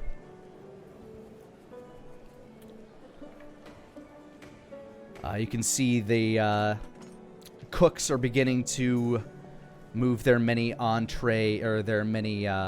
appetizers and canapes out to the serving station. There are bands beginning to kind of like tune their stuff as you go out into the main hall, and everything seems like it is moving along as the day begins to move forward. Is there a known timeline of events that's going to happen before the Ascension, or is it just going to happen when somebody comes out and announces, hey, we're doing the thing? Hey, guys, come on, doing the thing. Clap, clap. Yeah, Everybody hey, move in guys, here. bring your go. glasses, Die, bring your your purchase my glasses. die Come on. thing. Yeah, we're going to watch these people try to survive becoming demons. Anyway. So Grandma's gonna fall asleep in like 20 minutes. We gotta get this done. Come on, everybody, at your tables. Basically, there's going to be kind of a quote-unquote like brunch ceremony where the students are all gathered, and the passing ascendants are gathered and presented to the crowd is basically what is currently being prepared for. Everybody's dressing in their finest materials as they make their way out into the hall and start to kind of like those that feel comfortable with it walk through the crowd. Tim definitely seems that way. He's dressed in some very, very fine robes. He's just walking through, shaking hands. Oh yeah, I'm gonna be one of the guys up there. Yeah, no, I passed pretty easy. Yeah, no, I had help, but Tim, are the robes plaid? Is he in demon. plaid robes? You know what? Sure. He's in plaid robes and a kilt. Tim is I want Tim to survive, if only to have in my mind the image of like the most horrifying eldritch looking fucking demon you've ever seen in your life, and him just being like, "Oh hey, yeah, how's it going? Yeah." Yeah, hey, he has one of those vertical slit mouths and like 7 eyes lining each side of his face. Oh yeah, no, I'm I can just bring forth any sort of monstrosities I wish. Once I consume you, I'm gonna turn your bones into something. I'll tell you that much there. You're gonna hear the song of the end of the world when I open my 6 mouths, yo. But I'll keep most of them closed. I'll just keep them closed for now. I try to be polite about that. I do my best. He's like, here's a question for you, Lani. Have we ever been a part of Ascensions before? Like, if we had students ascend? Oh, or is yeah. this the first time that we're presenting people? oh yeah, you've been a part of this before, and Okay. for the most part, you tend to like if you have a student, you tend to stand behind them during the ceremony itself, or I thought Ascensions was basically to become part of like the fill that last chair. No, this is just them. Like, they are not necessarily lords at that point, although they are granted great power. Usually when they ascend, they're given smaller shards than each of you, which Ramses has sort of had to do to, make sure there are Build enough an shards army. going around. So while you each have much larger shards than you are granted a larger portion of this power. So it would take some crazy adept to be stronger than any of you. Excellent. Yeah. So for the most part, if there was any concern of the student becoming the master, it's a very far-drawn possibility. So what you're saying is there's a chance. There's a chance, but it would have to be like some astronomical, like, holy shit, this person was made for this kind of thing. Like The Beethoven of being a demon. Exactly. And before Tim, the demon overlord that's I going swear to to destroy Well, you know God, what? if anybody would. You know what? I guess Because- I guess I could be demon god. I don't mind. Yeah, you know what? I can't think everybody just decided, if we were going to take a vote, it would have to be me. They all just bent the knee when they felt my awesome power, and I'm just like, well, all right, if that's the way it's gonna be. All right, we're going to rip it. Oh my God, Sorry, it's so we're going to Letterkenny. eat food. Yeah. He's eating food. Sadie, for the most part, the half dwarf, who is Lucian's student, continues to get approached by people. But as soon as they realize they're not drawing any conversation out of her, they simply just kind of like smile and nod and move on. Bye. It's like, they'd walk up. So you passed the Ascension, congratulations. Yes. How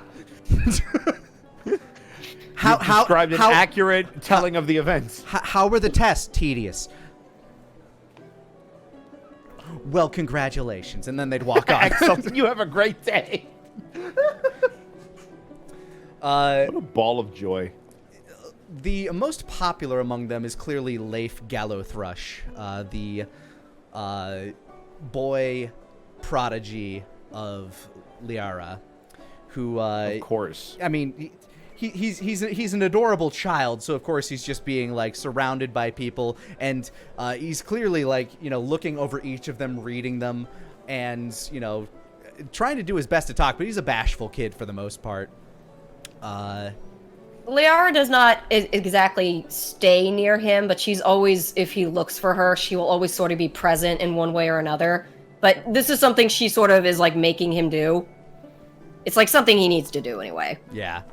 Corvin Glintspear is wandering around in basically military like dress blues, kind of. Nerd. Yes. The same attire that you would have people wear if they are like, well, not basically like anybody that studies under you, Bosco, under you, Varric, is part of the military, is part of that border defense force. And so he is treating this as like, a formal military event as he's walking around, and he gives people the pleasantries, but he is very proper about it. Yes. You can tell I he's think very we're- very proud of himself. We probably call her something like the Border Defense and Security Monsters, the BDSM. Yep, there you go. Yep. As soon as he ascends, he can finally earn the M. Yes, he could finally be an M.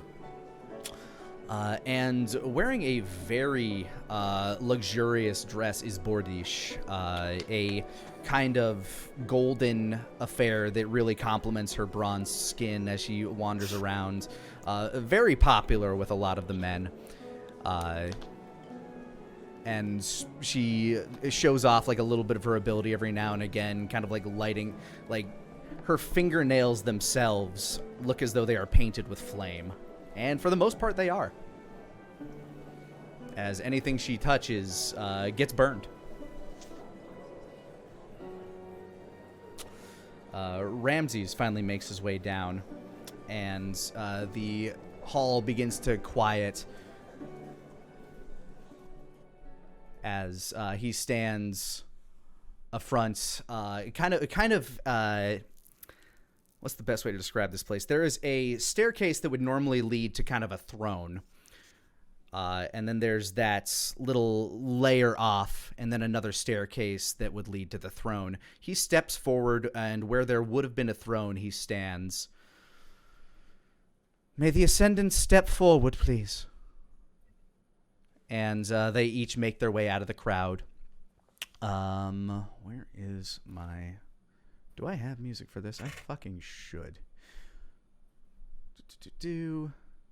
This'll do. As the students make their way forward and it kind of like stands on that leveled off area, you all have kind of made your way into the crowd. I present to you the Ascendants of this year's Ascension Day. He holds his hand for him.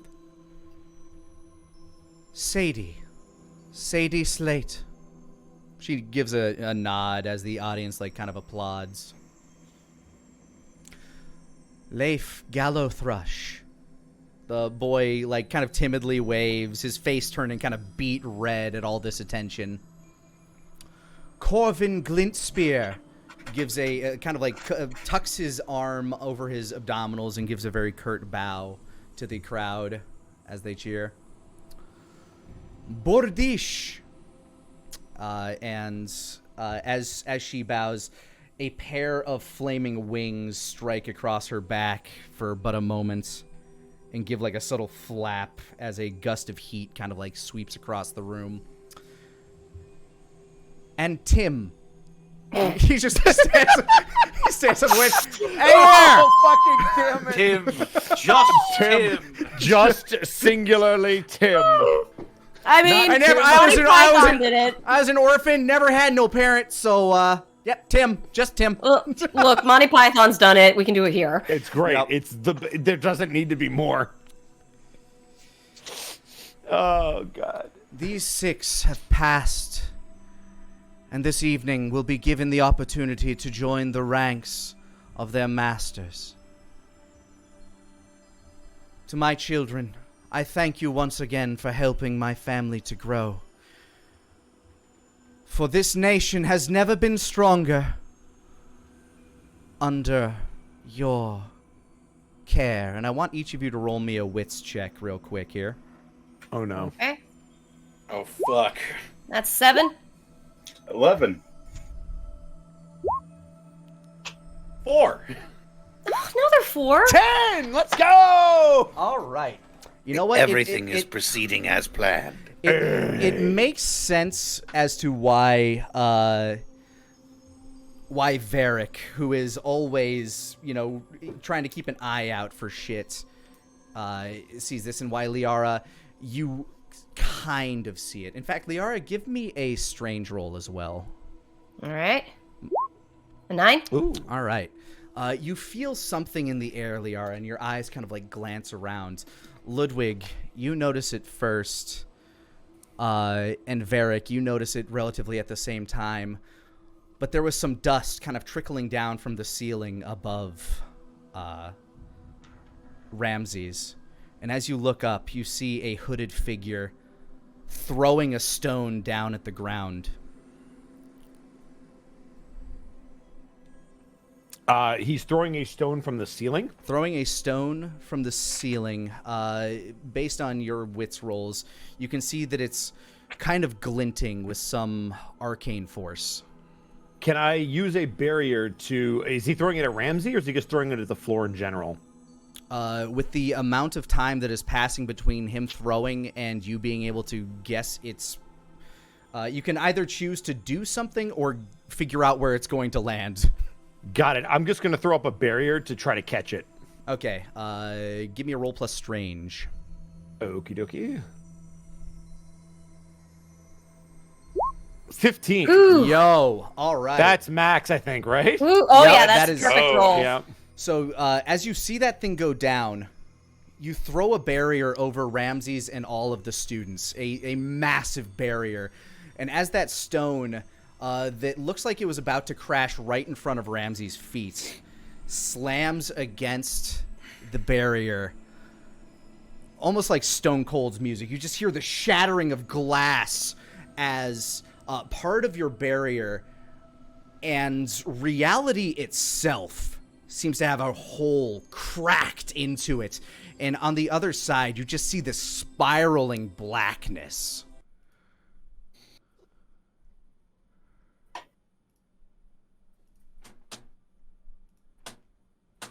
Huh.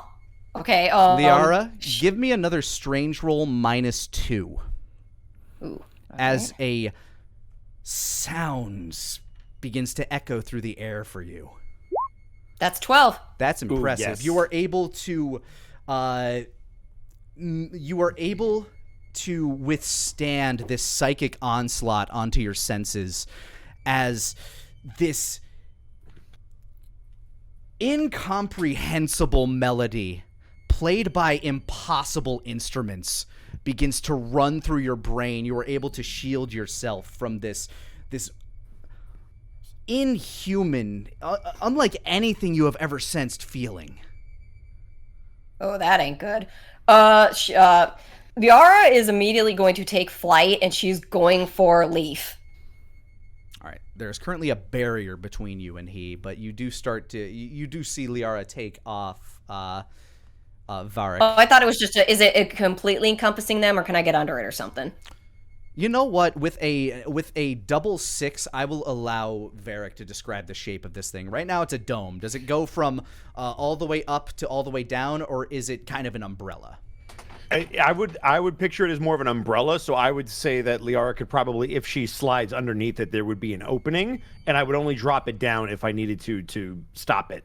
All right. You just see this black flash, like, go into the air, like, flash through, grab Leaf up, and, like, take off away from this stuff. All right. At the moment, the only people aware of where that came from are Ludwig and, like, where that stone came from are Ludwig and Lucian. So she doesn't know. She doesn't need to know where it came from. She's just getting Leaf away from it. Gotcha. You are making a mad dash towards Leif. Basically, because you said that sound like almost incapacitated me, she will immediately know Leaf is probably not going to be doing well. So she just wants to get him out. Yeah. His eyes are open wide as if mesmerized, one by the shock of reality tearing, and two by whatever senses he is getting from that thing. So that's going to be your move. Ludwig and Lucian, what are you doing right now?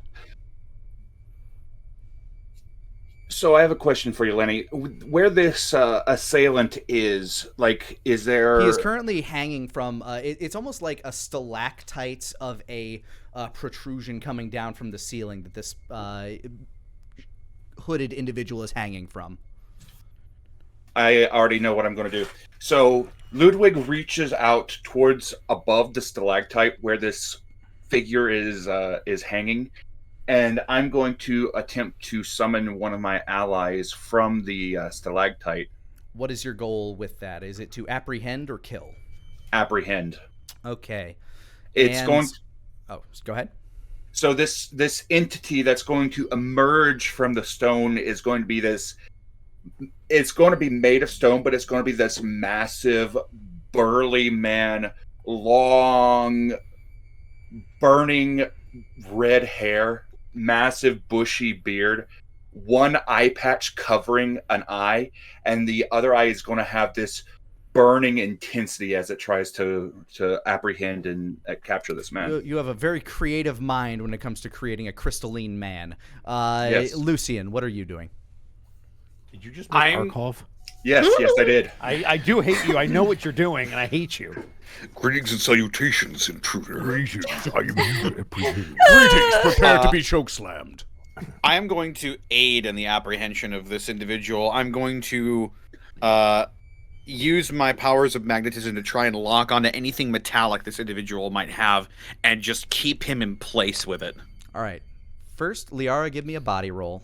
Lucian, give me a strange roll. Or, Lucian and Ludwig, give me strange rolls. Absolutely. All right. That's a 3. 12. Alrighty. 11. So, while you're trying to lock onto anything metallic on this man, he is not wearing anything metallic.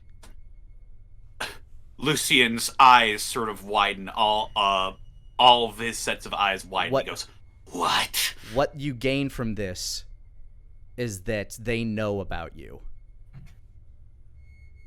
They know what you can do. And Ludwig, as the crystal turns into this large, hulking, crystalline man with long, flowing locks and an eye patch, it grabs this man, hugs him tight, and begins to fall from the ceiling with its back towards the ground. It impacts with Varric's shield, but is also cut by the almost like void-like shift in reality. It loses a piece of its leg as half of its body, or like a part of its body, goes over that, and it kind of clatters onto the shield. It rolls to the ground, but it does preserve the life of this man that it has now grabbed. Liara, the crowd immediately starts like bucking and moving, and you're not able to spread your wings out in order to get a good flight going, so you start trying to make your way through the crowd. And as you start to make your way up there, through this swirling, churning blackness, creatures begin to emerge. As if peeling out of one reality and into another, these creatures with wriggling tentacles at the base of their octopod-like heads. Oh, fuck. Cool. They begin to creep their way through, and as it steps out onto this domed platform, the first one immediately slips and tumbles to the ground. The next That's embarrassing. You rolled 2 6s. You're going to fuck at least one of these things up. The next one that steps through notices the first one's mistake. It kind of gives like a little bit of a chortle as these mind flayers begin peeling out one after another from this hole in reality. The students, the ascendees are kind of starting to huddle together and trying to figure out what to do as these things begin making their way down. And thus, initiative has begun. What are you doing now? The crowd is panicking, by the way. So, as well they should. Yep. I'm still trying to go for leave. All right. What are you doing in like? Are you still trying to like physically make your way through this crowd? I mean, I don't care about this crowd. If I can use my wing, if I can just unfurl my wings and just and if it shoves some of them out of the way, fuck them. All right. Ludwig, Lucian, and Varric, what are you doing? Are these squid-like individuals wearing any armor that I know of? Like I tried the individual up top, but these guys seem like they might be a better choice? They might be. To you, it looks like a lot of them are wearing robes, but go ahead and I'll give you a free roll plus strange just to get a sense. All right, yeah, I'll just ping out to see if there's any metal that I can cling on to. That's a partial success. It does not seem as though these things are wearing any sort of magnetizable alloy. However, there's a lot of cutlery around you. A lot of cutlery. Go get him, Heisenberg. Yeah. So Someone yes. cooked here. What would you choose to do with this knowledge? I would, seeing as how none of them are wearing anything magnetic that I could magnetically affect, I will curse under my breath and I will grab up the cutlery and silverware that I can get my get a hold over and just have it at the ready. All right, you are going to create a By God, he's spooning him. Yeah, you're going to create a storm of spoons. Varric Ludwig, what are you doing? Go ahead, Bob. I'm summoning a pair of entities on either side of Ramses to attempt to give Ramses something to put between him and these squid-faced creatures. The first creature that is going to emerge out of the stage beside him is going to be this massive hulking grizzly bear. Okay. And the For second fuck's sake! the second entity that's going to emerge is this olive-skinned man with these round spectacles on the front of his face, slicked back black hair, and he's going to be wearing some kind of armor along his right arm, which is deep purple. I'm leaving. Your weird meta summons aside. Okay. Lucian and Ludwig, give me. Oh wait, Varric, what are you doing? My question is, would I be able to seal the portal with a barrier? Because that's where they're pouring out of, correct? You can attempt to create a portal around the barrier, sure. Hard to say whether you'd be able to seal it, but you could at the very least attempt to create a portal around it, or a barrier around it, and then try to shrink that barrier and see if that'll do it. But yeah, at the very least, I'm looking to block. So even if I can't actually dispel it or get rid of it, if I can constrain it so that nobody can come through it, that would be the goal with the barrier. Okay. Liara, give me a roll plus body. Ludwig, Lucian, and Varric plus strange. Okay. I rolled a 10 for summoning the rest of the murder cave. That's a 7. Alrighty. That's a 10 for me. That's a 10. And a 10 for Lucian. Yeah, all right. let's go. Ludwig, your bear and bespectacled man pop up on the side of Ramses. He's at one point like just what the okay, and he is going to start channeling a spell in an attempt to seal off that portal, which immediately gets covered by a barrier by you, Varric. So as another, currently like 5 of them made it through. As the 6th one tries to peel its way out, it punk finds itself nose up against a bubble as it begins to attempt to break free of it.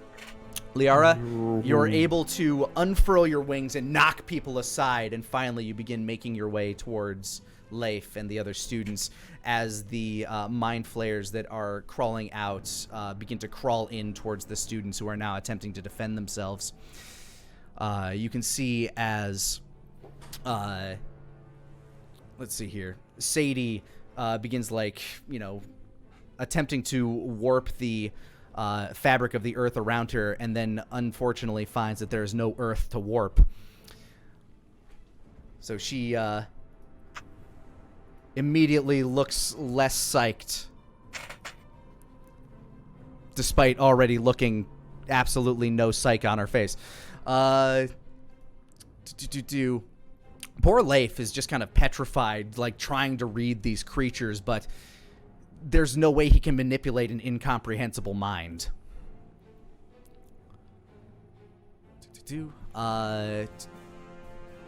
Borgdish, on the other hand, summons up a couple of fiery whips and starts whacking out towards them. And Tim has summoned about a dozen badgers that have begun to swarm towards the mind flayers. Let's see, did I miss anybody? Yes. Maple syrup. Yep. And then there is Corvin Glintspear, who is currently conjuring kind of this shimmering arcane ring of a barrier, almost kind of like a phalanx around them. All right. No harm has happened yet. Yet. What is your next maneuver? I mean, again, I'm just gonna, once she just wants to snatch up Leaf and take off and run with him. Like, literally, she will leave battle to get him as much away as she needs him to be to not be affected by this anymore. She'll come back, mind you. Gotcha. There is a kind of a balcony high above that you can probably whisk him off to with your wings that overlooks this throne room. Yeah, that works. The Archmage used to use it to look over and see what the court was up to whenever he wasn't around. All right. Lucian, Ludwig, Varric.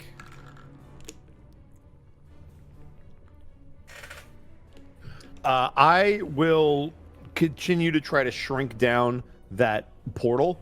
So I don't want the barrier to expose any of the portals. So if it doesn't shrink with the barrier, I'll stop. But I want to see if I can start to shrink it down and at the very least pop this dude's head in the process. All right. Trying to come out of it. So you're just going to try to, at the very least, mush this guy back in so that nothing else can get out of that barrier. You're going to try to contain this thing entirely.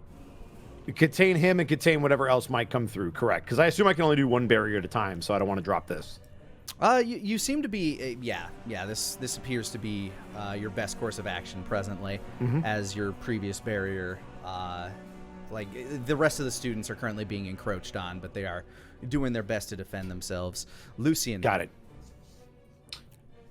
Lucian will take the metal that he's got, and he will sort of begin to surround the things that did manage to make their way out of the portal,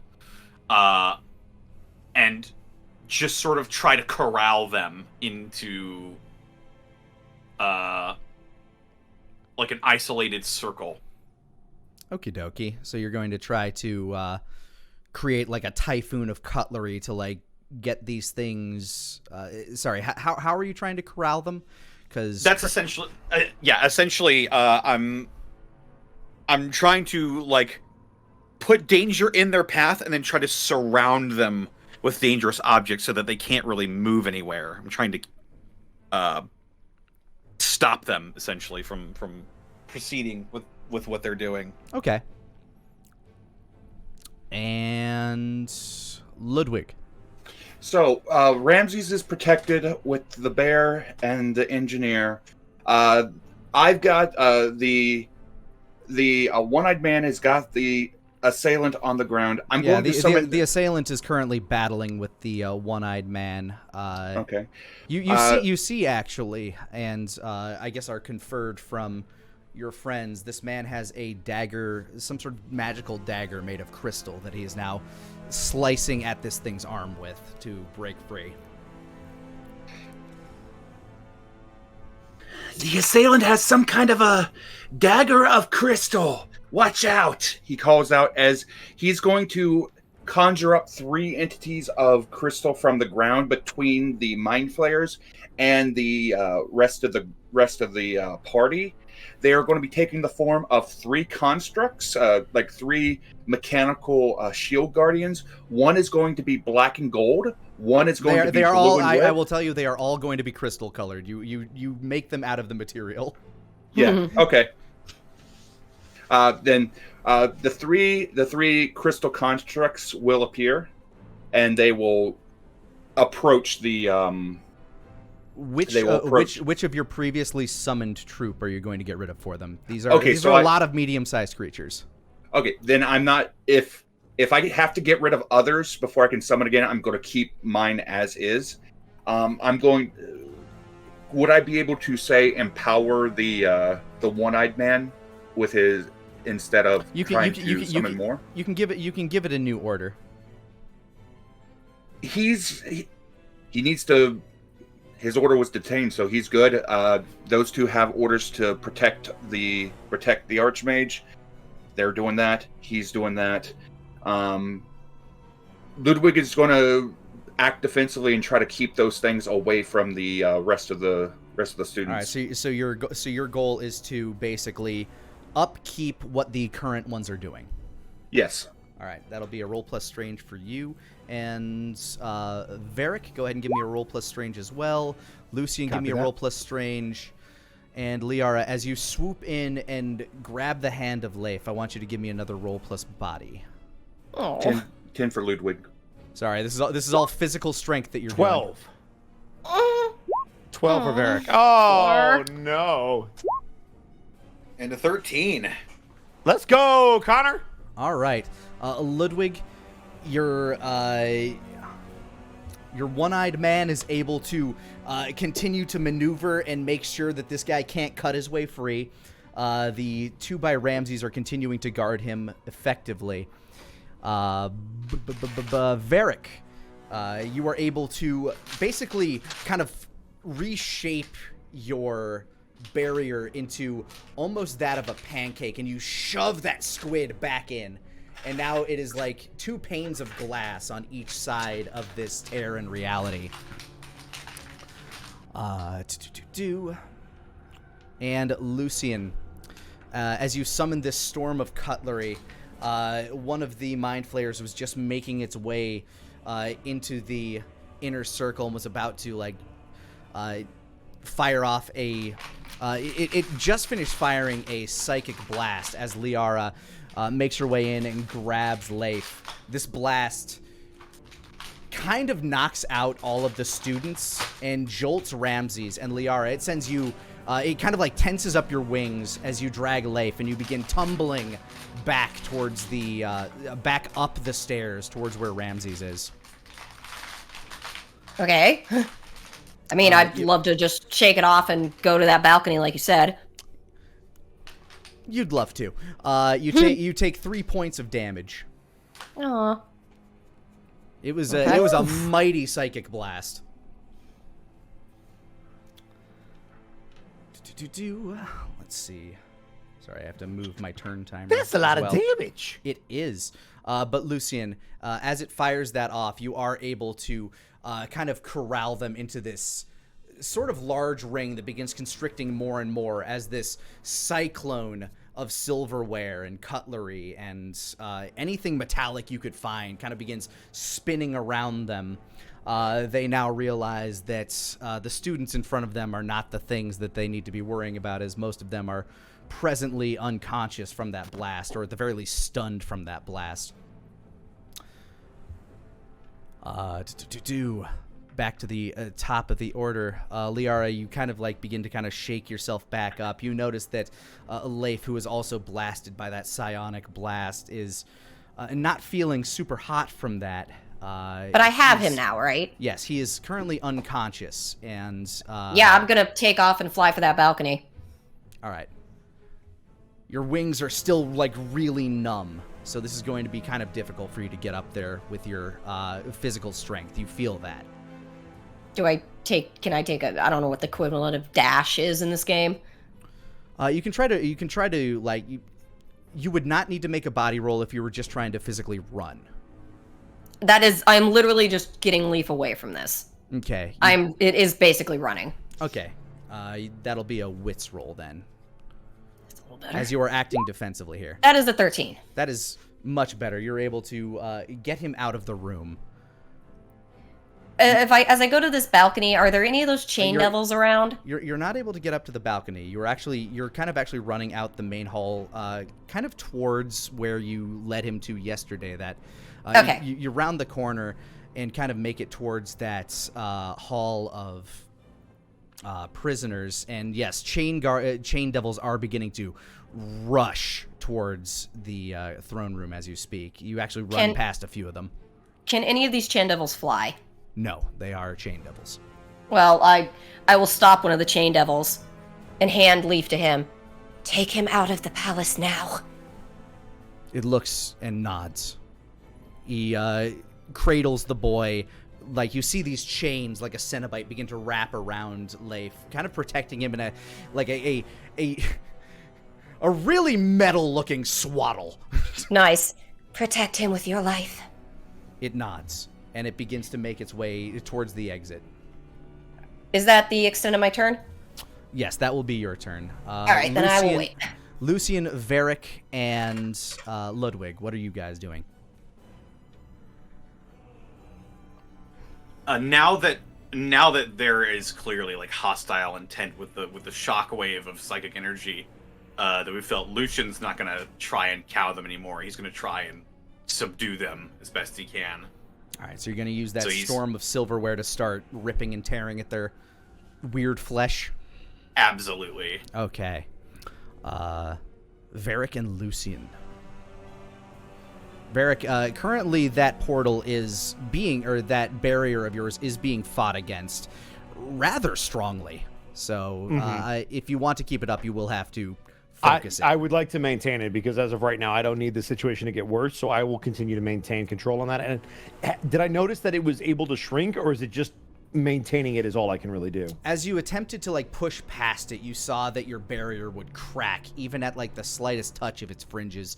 This portal itself is something reality bending. It's not something that you're able to basically crush physically. Got it. Okay, then I will continue to maintain it. Meanwhile, Ramses, who is now like kind of regaining his senses after that psychic blast, is redoubling his energy at closing that. And then I will maintain that barrier until he does. And Ludwig, what are you doing? Ludwig is changing the order on the one-eyed man to incapacitate the assailant. Okay, incapacitate, not kill, incapacitate. Correct. You can't get information from a dead man. Very true. That's not true. That's not true at all. I guess, you know what? Actually, yeah, in this world, very untrue. So yes, go ahead and each of you give me rolls plus strange. Can do. That's a 10. That's an 8. All right. Strange. That's an 11. So, Varric, you're able to hold this barrier, but as you're doing so, you feel a pain in the back of your head, and something wet start to trickle out a couple of the orifices on your face. Okay. You take 2 points of psychic damage. Ow. As one of these squids has taken it upon himself to try to somehow figuring out that you are the one keeping its brethren from entering this room, has turned its attention on you, but you are able to hold that barrier strong as Ramses continues to close it. And you can see as it begins to shrink and shrink, you see like a little hand kind of press up against the barrier, but nothing doing as Ramses continues to shrink that thing. And the crystalline behemoth of a man kind of throws his elbow over the throat of the would-be assailants, and his body begins to kind of like go limp as he's dragged unconscious, as he's put into this like vertical sleeper hold. He is now incapacitated. Meanwhile, Lucian, you send a flurry of forks, knives, and spoons, and they absolutely eviscerate one of the mind flayers. This storm of steel flies through and just pin cushions him and flies out the other side. This black, brackish ichor shoots out and covers a lot of its brethren along its side. Liara. All right. I'm gonna head back, but as I do, that mutant rabbit. Can I reach its mind from here? Give me a roll plus strange. I will. That's 12. You can. As I'm flying back to the fight, I will reach out and to its mind and say, "Come, protect us." All right, the main hall slowly begins to, some chain devils begin making their way into the hall. About 6 of them at present. Others are overseeing the evacuation of the nobility. May I speak one more thing as I re-enter? Absolutely. As she re-enters, she will say to the chain devils, "Get the students out." They nod and begin to go to work on that as they make their way up towards where the unconscious students. Yeah.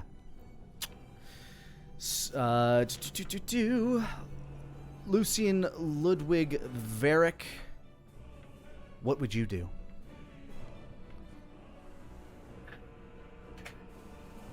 I will continue to maintain that barrier. All right. It looks like all you're going to have to do is hold it for one more turn as Ramses almost seems to have this thing closed. Got it. I'm going If to... I know it. Go, Connor. If I notice that Varric is having a hard time, if he's getting injured by something, Lucian will try to identify the source of that, and he'll just kill it. It's definitely one of the squids. Then it dies. All right. And Ludwig. Ludwig is going to since Ramses has almost got it closed, he's going to focus his efforts on empowering the defenders to keep them defending him and make sure nothing gets to him. Okay. The three of you give me rolls plus strange again. Copy that. That's an 8. That's a failure. That's a 6. A 9. All right. Those rolls actually make a lot of sense with each other. Lucian, you have a hard time figuring out exactly which one is attacking Varric. And once again, that psychic blast echoes through your mind, Varric, as you take an additional 2 points of damage and lose your focus on the shield. Another 2 mind flares pour out, as if they were both trying to push against the barrier from the other side. They both fall like face first onto the ground. But they are right next to the students as they get up. Ludwig? Mm-hmm. As you refocus your efforts on those two defending, you glance over and... actually, no, I'm going to go with Lucian first, actually. Lucian, you're able to kind of, like... You're able to pepper another one, but as it gets, like, sliced at with these... with all of these forks and knives and cutlery and whatever the hell you were able to scrounge up, it looks at you and gives you like one, like kind of like holds out its hand, and with a glimpse of its eyes, you feel fragile for a moment, and then this immense rocketing pain shoots through your head as you take 2 psychic damage. But you do kill it. What you felt was its death pang run through you.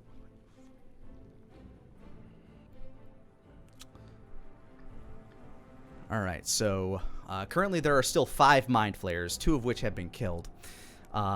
Meanwhile, Ludwig, as Ramses is able to close this portal, so those last 2 that came through are the last 2 that will come through that portal. Ramses breathes a sigh of relief as from that balcony that Liara was trying to reach, there seems to be a blur that shoots down from the sky. It takes the head off of your bear, Ludwig, which crumbles to crystalline dust, which slowed his blade down just enough to not immediately kill Ramses with the rest of the strike. Standing before you is a olive-skinned colored elf, his eyes wrapped in a long black flowing ribbon, dressed in all black, wielding a blade darker than a moonless night. He realizes he did not kill his quarry and immediately goes to strike again. You all get a chance to react. Top of turn? Top of the turn. Everybody sees what just happened as Ramses kind of crumples down to a knee as this man slices through the crystal bear and seems to like get a good gouge on the side of Ramses' face. But he did not get a kill on him. Liara will immediately reach out with her mind and strike inside that guy's head and turn him on the mind flayers instead. You're going to attempt to manipulate the mind of the man that just attacked Ramses. Yes, I want him going after the mind flayers instead. Okay. Everybody else, what are you doing? The remaining entity is putting itself between this elf and Ramses, and it is going to attempt to grapple and bind this creature. Grapple and bind this man. Okay, not kill. Yeah. Gotcha. You know what? He attacked Father. No, it dies. He is actively going to try to kill it. All right. Lucian and Varric, there are still 5 mind flayers, and your father was just nearly accosted, nearly murdered. Yeah. I'm trying to think. You know what you want to do, Connor?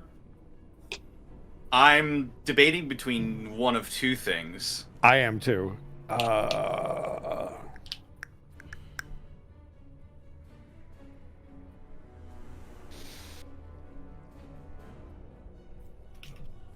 All right, the 2 mind flayers that just poured out of the portal, I would like to try to encase them in a barrier so that they don't go after the students. Okay. And I want to try to start crushing down on them. All right, you're going to try to crush them with a barrier. Got you. Correct. So there are now 4 mind flayers. I believe they said 5. Yeah, these 5 last active mind flayers. You killed 2, and 2 more emerged. Originally there were 5. So there's a total of 5 so there alive. are still a total of 5 alive. Yes. There's still a total of 5. Mm-hmm. Have the chain devils gotten to any of the students? They are just making their way there. Okay. They are moving at a good pace, but these actions all take place like bam, bam, bam, bam, bam. You know, like we're talking like maybe 2 or 3 seconds per round here. I'm gonna have faith in my siblings to save our father, and I am going to try and whittle down the mind flayers even more because they're a problem. They are.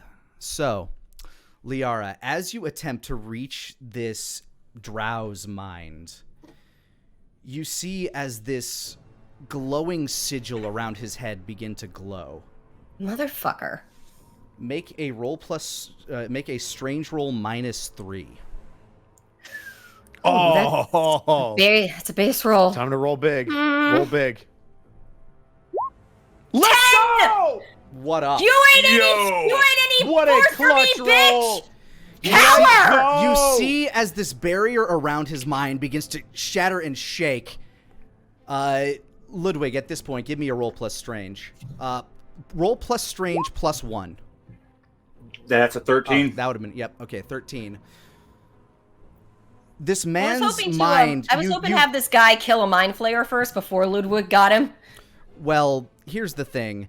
You It's were able to stop him from attacking your father, but this man's mind seems to be so trained that you are unable to manipulate its rhythm.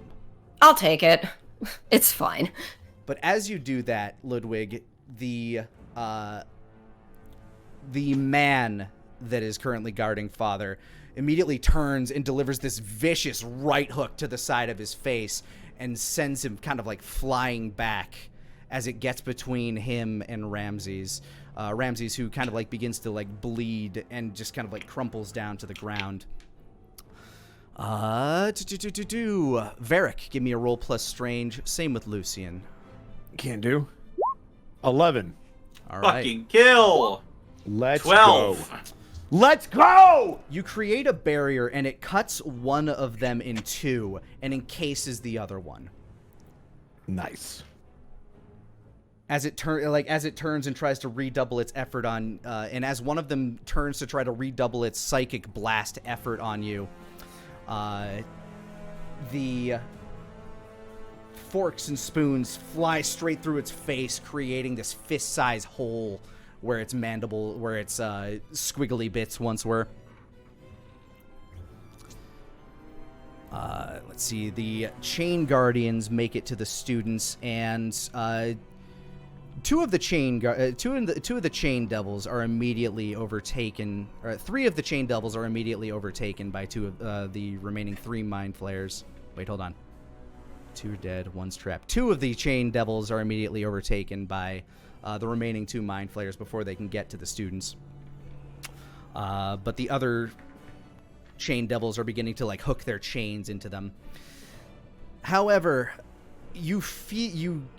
as soon as you kind of like feel this tide begin to turn, you hear the sound of explosions ringing down the hall and the shattering of crystals. Oh, fuck. Oh, no. Okay. What is happening? This attack has been planned for a while, it seems. Liara, her head snaps towards Ramsey. Father, what do we do? He is unconscious and bleeding. Oh, crud. And you look up and around as a few more of these shadows begin gathering on the side of the room to better bolster this drow's attack. I thought the drow was, well, punched out. He's not unconscious. He was just sent flying. He hit hard. He hit hard. He's likely an elite. One shot won't kill him. Yeah, one shot is not going to kill this guy. This guy is very well trained. In fact, all of you can give me a smarts roll to kind of better understand exactly what this is you're dealing with. Cool. 10. Fail. 8. Actually, 9? Liara, add 3 to that, because you that are will be an 8 the then. information person. Anybody that got a partial success knows that the greatest assassin guild around, basically in the world, are the Deadeyes. And Ludwig, you heard tell that that its leader was actually one of Solomon's folk. And this seems to be that guy. The very leader of this guild itself is here to do this job. Sounds like a bitch. Lani, do I know his name? Very few who live know his name. Okay. So no. Gotcha. All right, so there are, I guess I'll say the Chain Devils took care of one of the squids. There is still one that is able to do shit, one that is trapped in Varric's barrier, and several more assassins now heading down, seemingly with eyes on the lot of you. Okay. Well, I hate to say this, but fuck the students. Liara is going to go for Ramsey and try to fly him out of here. And she will say to her brothers, "Give me cover." All right. Except I have to do body, and that's my worst fucking thing! Unless, actually, no, I'm trying to retreat. That's quick, right? This will be acting defensively for you, so no worries. Thank you. On the body part. If you were trying to fly while carrying somebody, that would be body. But this is just you grabbing him and running, right? Yeah, but trying to, I guess if that would work better, then yeah, why not? It's just the fact that your wings are good at carrying one person. I guess I can at least use my wings to protect us. Yes. I mean, I can stand to lose a wing. Fuck it. Yeah. Father is most important. Ludwig, Lucian, Varric, what are you doing this round? So we've got. Go ahead, Connor. You have one Mind Flayer in a bubble, one Mind Flayer still dealing with Chain Devils. It does seem to be more occupied on the Chain Devils than it is on you presently. It seems more curious and angry than it is, like, actively finding a target. Like, this thing doesn't seem to be going at a specific objective. There are other things that are heading towards us right now, right? Correct. About half a dozen assassins. Okay. And we also heard the sound of breaking crystals. Was that like down the hall? Was that by... You smell smoke in the air. The explosion seemed to come from all over. Some of those explosions were these assassins making entryways into this room, alternate entryways from various hallways. Some of those explosions were from down the hall, yes.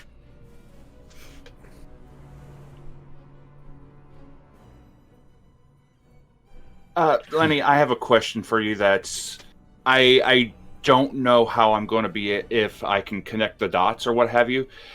Do these demon lords know about the break-in at the Tower of Iceforge? Yes. And what was stolen from the Iceforge? Yes. Can I make a roll to connect the dots that the Deadeyes were the one that broke into the school in Iceforge to steal the transdimensional plane shifting information? This is not the time for you to make that deduction. Okay. You can think that in your head, but if you really want to Sherlock Holmes this, it's not when you're getting attacked by assassins. Yeah, figured. Since these are assassins, the order has gone from capture to kill. I'm buying time for Liara to get Ramses away. All right. You can create more creatures now that 2 of them are dead. I'll say that. Okay. Yeah, I will summon 2 more, and the others, basically, they are all dogpiling the assassin leader. All right, so you were going to try to summon more things to attack the leader of the Deadeyes. Got you. Mm-hmm. Varric, you still have 1 Mind Flayer trapped in a bubble. Yeah, I have to... So I'm going to finish him off as my action, and then I would like to speak. Is Balrog still here? Balrog is... he seems to be occupied elsewhere at the moment. Really? Is he killing a Mind Flayer? You guys might not be the only place that is getting attacked. Oh. Okay. Oh, so he left to go handle something else. I wish the mutant rabbit would get here. So are we the only 4 that are left? It's breaking out of a cage presently. Both Balrog and Kaitaron seem to be elsewhere at the moment. Okay, cool. Do I know if I was able to see them leave? I know that our attention is being split in multiple areas. Are they covering potentially the sound of the broken crystals? Did they run off in that direction, perchance? Nothing is currently retreating from you right now. Okay. In fact, what assassins you see are currently focused on the lot of you.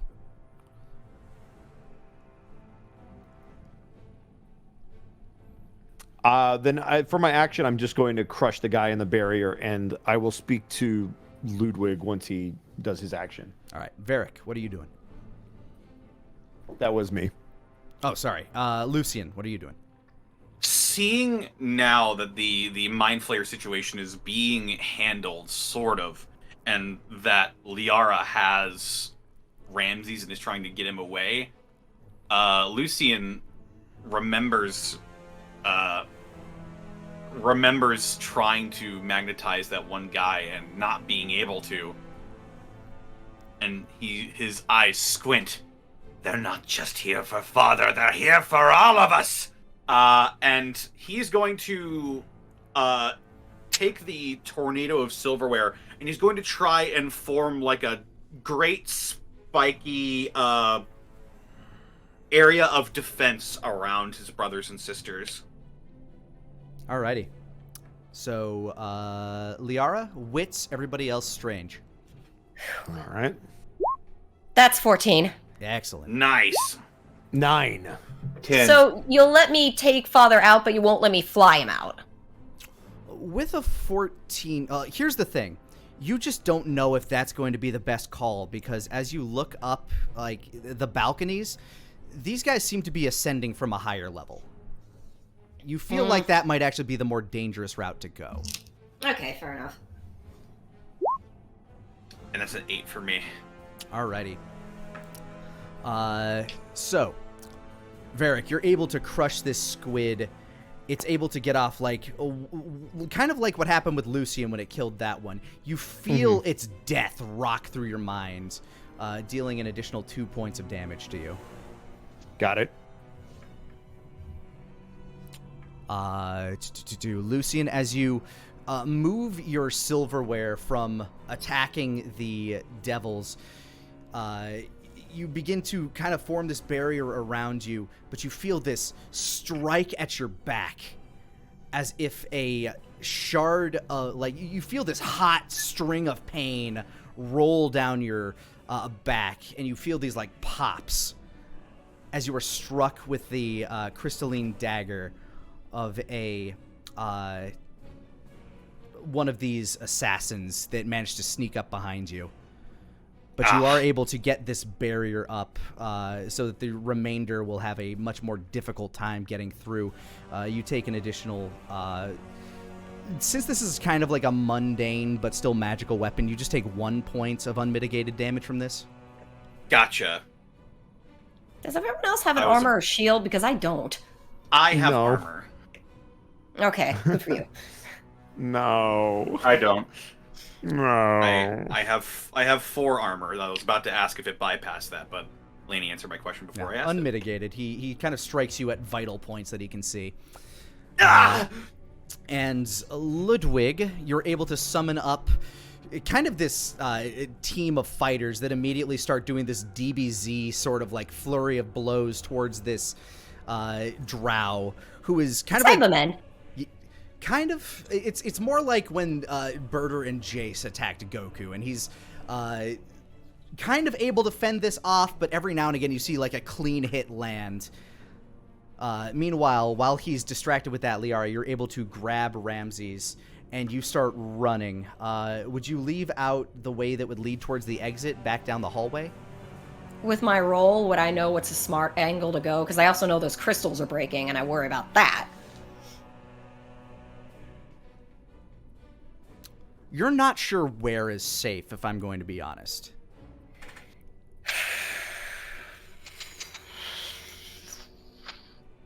I'll say that with your roll, you were able to either fly up or run out the hallway to try to escape the palace. I mean, you said flying up would probably be worse. I'm gonna say it's very possible. Like there's no way to know exactly where and how big of a scale this attack is. Is there an underground way out of here? Not from this room. And I'll head out. I won't fly because you said that's not smart. I'll go out the hall. Maybe I can meet some more chain devils or something to help us out. You can give me a roll plus strange when you get out in the hallway. All right. That's 12. You're definitely going to want to run quick because there is a very angry, vengeful fucking feeling coming down the hallway to your left or to your right on your way out. And I will go a different direction. Well, you kind of feel that as you make it to this intersection in the hallway. And leading down towards the crystal prisons, you feel that energy just emanating like a fucking Oh no, I figured away. Angry, yeah. Definitely away from the crystal prison room. Mm-hmm. Basically, that way is just going to be continuing to run straight or back to your family. So wait, there's only 2 ways to go, towards the crystal prison or back towards my family? No, towards the exit or back towards your family. The crystal prison is down a hall. Down the exit. The right. Yeah. Gotta get father. As long as father's unconscious, I've got to get him out. Okay. You continue running with Ramses past that hallway, as you feel this baleful melody rocket forth from the now freed Jimothy Blackwart. Liara has not felt a feeling like this since, like, when she was back in her original village and they basically were taking her away. She has not felt this for a while. It does give you echoes of your humanity. Kage Roshi is beginning to feel the pressure. Sorry, the leader of the Deadeyes is beginning to feel the pressure of this attack as he sees his essentially backup starting to fight as well. But now you are all back at the top of the round. What will you do now? None of the rest of you sense that baleful presence that Liara sensed. You are simply... and the Chain Devils are able to take down the last Mind Flayer. There is one Chain Devil left, and he begins to try to collect the students in his chains in order to drag them away. Again, I'm gonna keep running with father, but if I know that baleful shit is coming for my family, I will use telepath to telepathically say to my brothers, "The crystals are broken. They're coming." That's a free action. You can do that. Sure, I'll do that. But yeah, otherwise, just getting Father out. All right. So now you all know that the former demagogue of this empire is free, and he's pissed.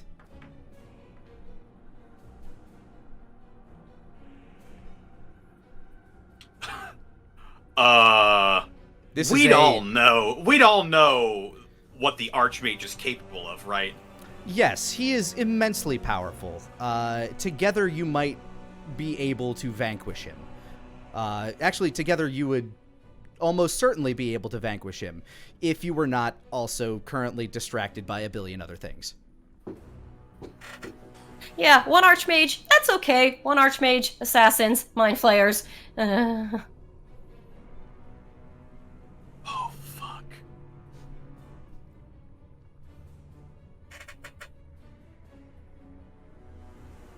So, Fuck. what's everybody doing? Connor's like, I have so much knowledge. It's like, well, it's been a good run, guys. There is a distinct possibility that not all of you make it out of this. It's been a good run, guys.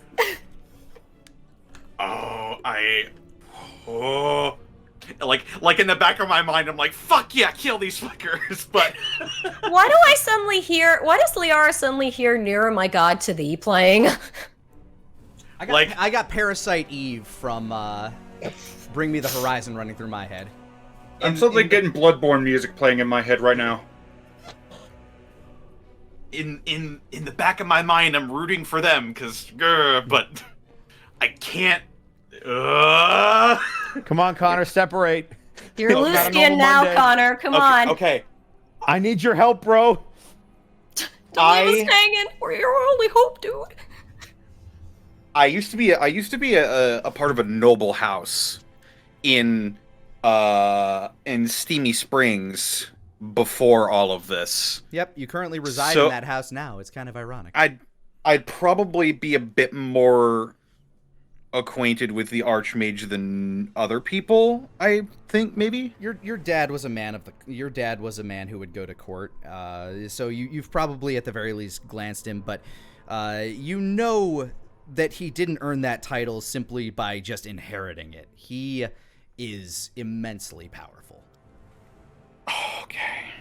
He was built by a god.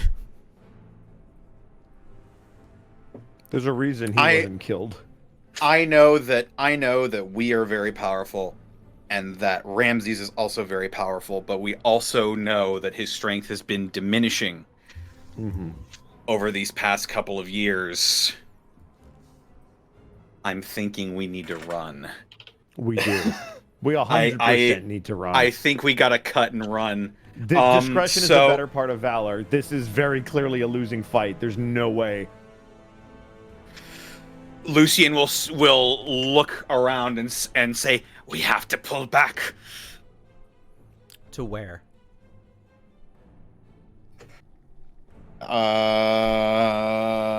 Window. I don't know. To the window. Out like Ralph Wiggums through the window. I can't see where Liara and Ramses are at the moment. You saw her leave through the main thoroughfare, basically.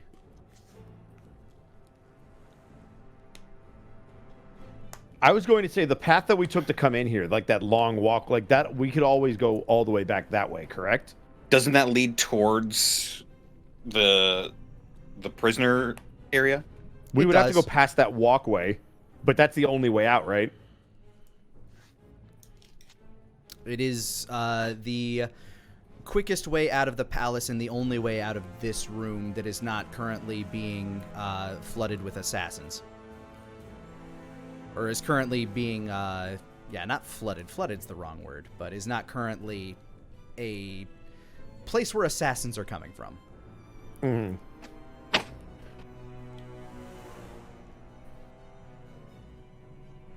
Oh, sorry, one more question. the stickbug guy, his name is Kaiteron. Kaiteron. Is he anywhere to be seen?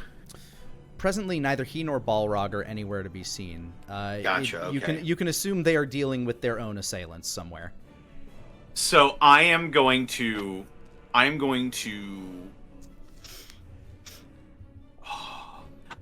take all of the spoons and knives and silverware, and I'm gonna try to form like a disc out of them, like a static shock disc. Sure. I want to try and make it big enough to fit me and Kaiteron. Or not who? Varric is the one. Varric and Ludwig are next to you currently. Who the fuck is Kaiteron? Kaiteron's the other. He's the other lord he's that the isn't stickbug. here. Oh yes. Sorry, names. Too many names. Trying to remember all these names. I want to try to make a disc that's big enough for me, Varric, and Ludwig to fit on. Anything that's big enough for you and Ludwig is also big enough for... Or anything that's big enough for you and Varric is big enough for Ludwig. Ludwig could literally ride on either of your shoulders and be fine. Then yes, I'm just going to try and get like a big floating disc to speed us out of here with. Okay. There is still the assassin directly behind you, so this will be difficult to do under duress. Would I be able to assist him by burying him? You could certainly try to deal with the assassin for him while he does this. Sure. If this is the plan and we make eye contact and you'll let me have that game and knowledge, I will absolutely try to make it happen. Yeah, he did say out loud, "We need to leave." Yeah. You can see him start to form the Here's the thing: as the actions are happening, I'll let you intuit what he's doing as he starts to kind of like form this plate of silverware under your feet and compact it into a disc. Ludwig, what are you doing? I'm keeping pressure on the Deadeye leader. I need to keep him down, otherwise shit's gonna get real bad if he's allowed to do what he wants. All right, so and I will try to crush that dude into the wall. Strange. And Liara, what are you doing with this turn? Again, I'm still getting Ramses out. Okay. So wits, I assume. Strange, yes! and wits. 11. Let's go. Double 6 for Ludwig. 11 for me. All right. So, as you form this platter beneath you, you do get one more shot straight under the rib cage. Another single damage unmitigated to you by this guy.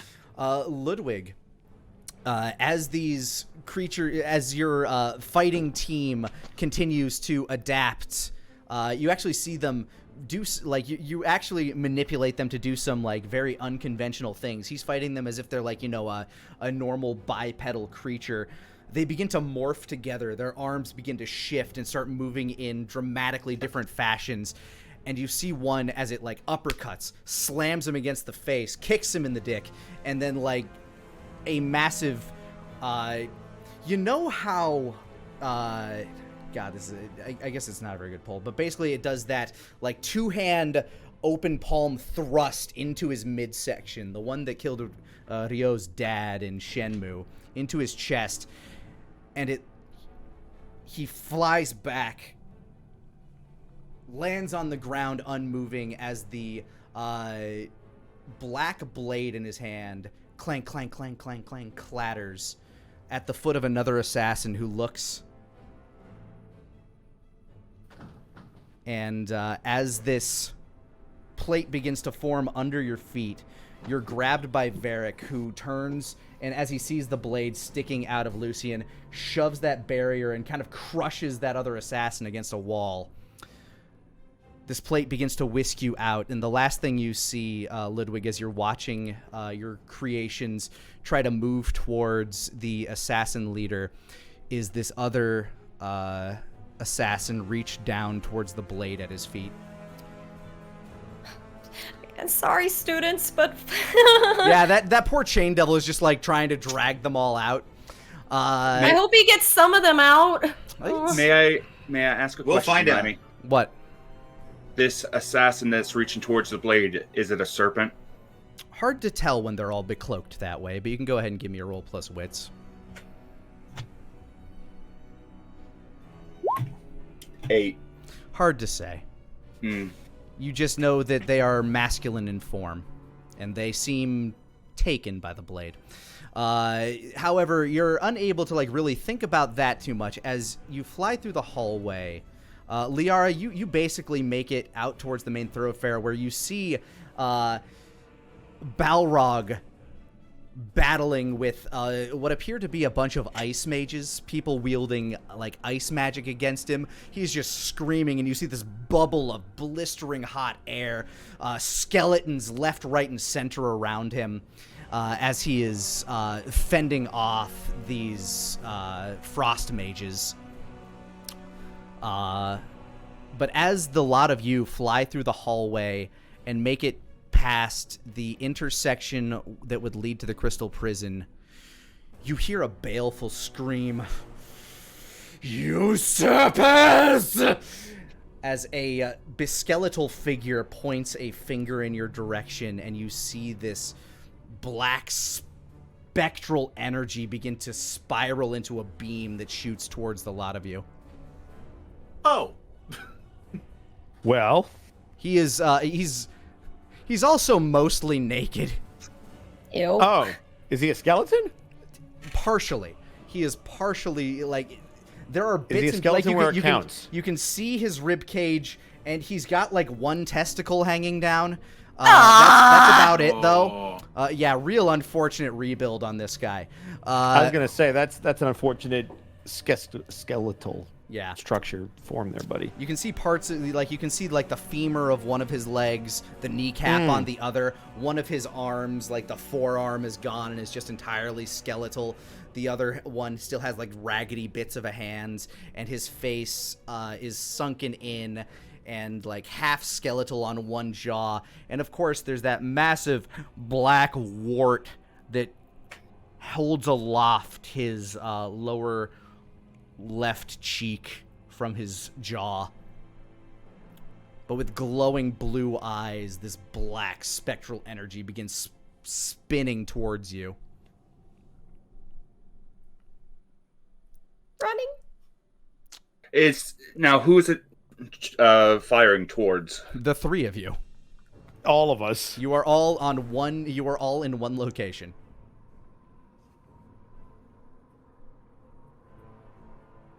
Well, I'm gonna try and maneuver out of the way of that beam. All right. I am gonna put up a barrier in the hallway entrance so that if that's a T shape, so if we're going straight and we can bank left, you're basically going to try to wall him off. I'm gonna try to wall off that beam and him. Yes. All right. Ludwig prepares if everything else fails. Ludwig prepares to leap into the beam to protect his brothers.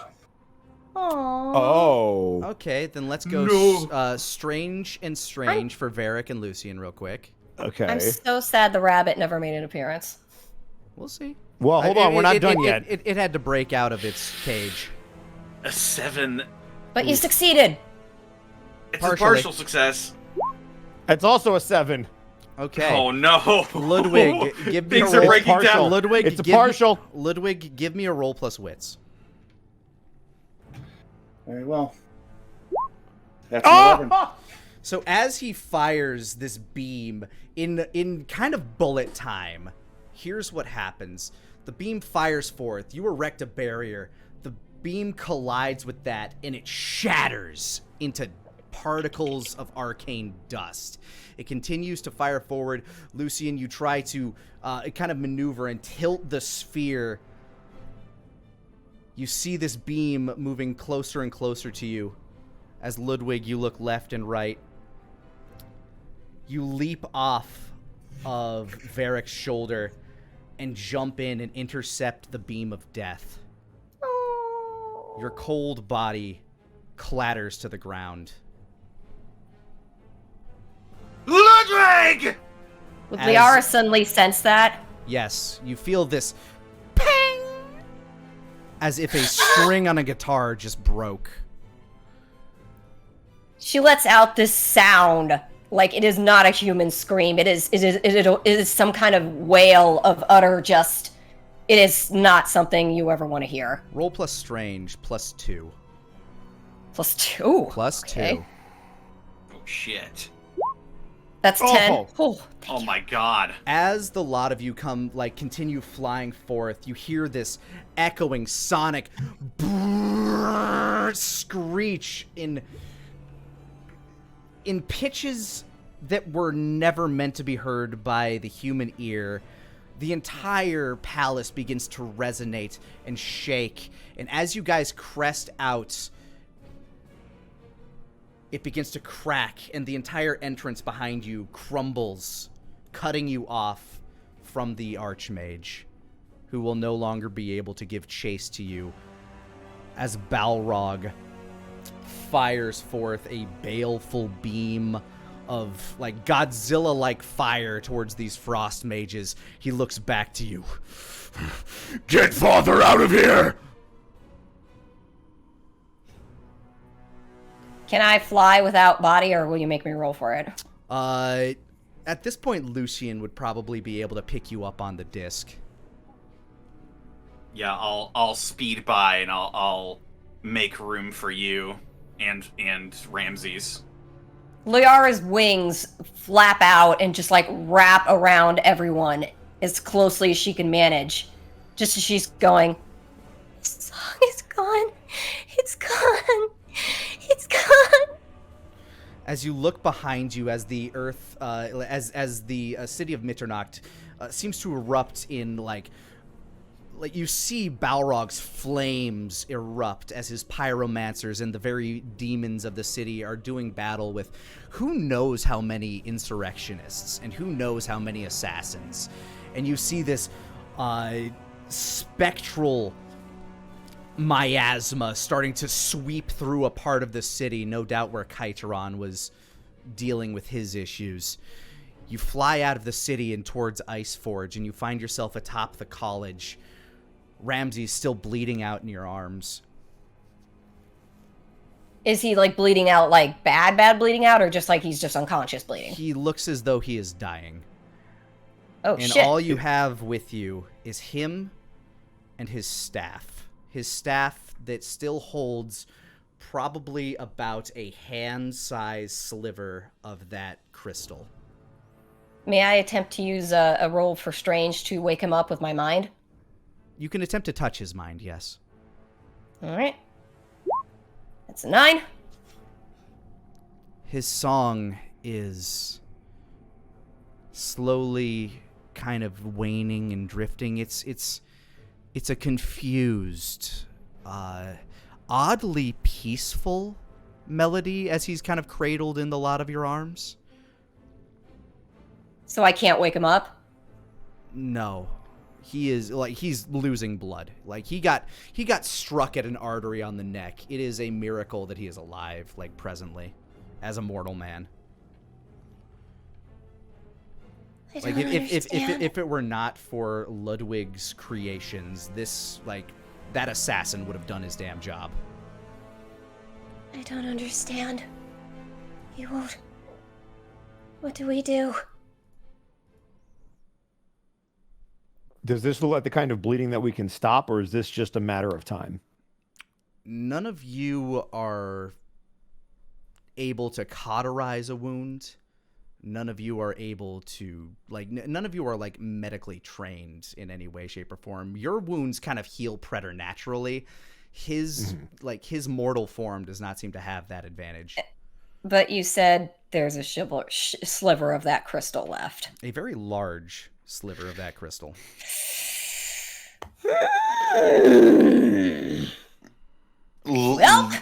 Lucian's eyes are sort of upturned. He, for a creature that is not very expressive, just physically, he looks very distraught. He eyes you, Liara.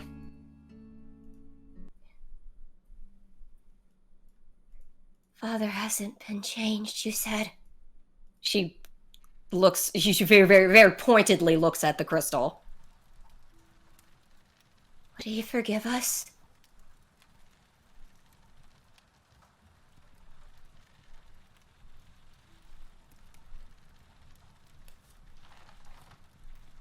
Remember what he said. The The choice is the most powerful thing we have.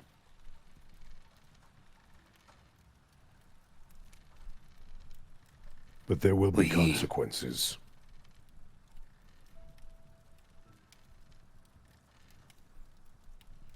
We are a family. Are we not?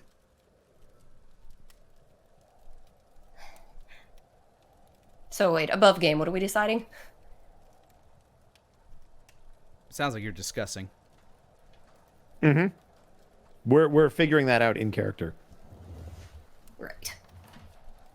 You're like, just tell me what you want to do. You said...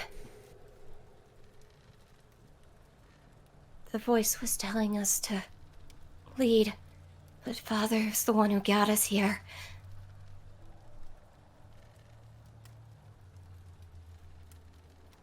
I don't know.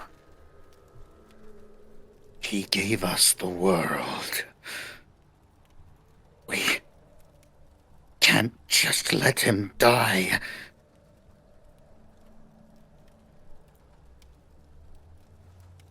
We have lost so much today.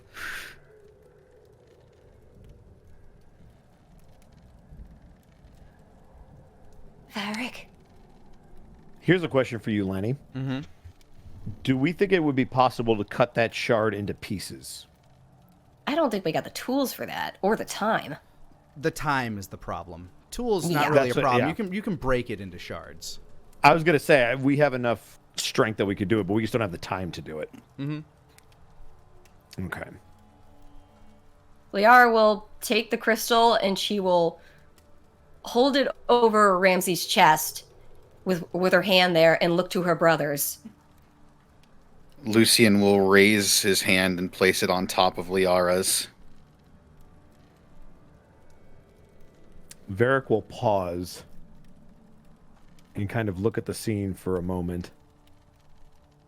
And then kind of look back. There's still the sounds of combat going on, and I assume explosions and magic and stuff like that. You're far enough away that it's kind of muted. Like you can kind of hear the crackling of fire in the distance, and the confused, like you can kind of see the glow of the city as its battle unfolds, and a lot of confused people in the city of Iceforge below. Varric will turn back to the both of you and put his hand on top of both of you. And as he does, he will say, If today is to be an Ascension day, then someone must ascend. and he will push all three hands down. Mm-hmm. As you press the tip of the crystal into the open wound on Ramsey's torso, his body slightly buckles as the crystal begins to enter his form. His muscles begin to tense. Father! His eyes shoot open as they begin to turn red with a bright, burning light. And you see these bone-like structures begin to erupt from his scalp. First one large one in the center, followed by a small spike on each of its sides, a third medium-sized one, fourth small one, fifth large one at the sides of his head like two massive devil horns, as a crown of spikes erupts forth from his head. His eyes look to the sky and his mouth begins to contort, first in a silent scream, then in a jubilant smile, as you begin to hear echoing around you almost the ether itself laughing as the lightning, red lightning begins to crack around you. A flowing, draping, leather-like wings begin to form almost like a billowing cape behind his back. His fingers grow longer and gaunt as he leans forward and sits up. His face has taken on a reddish hue.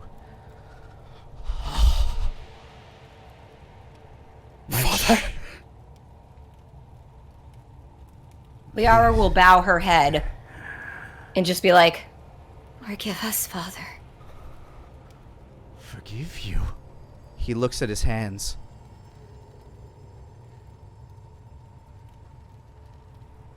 There is nothing to forgive you for, my children. At one point, I gave you a choice. And at the end of my days, you had another choice to make. Oh, I can feel them.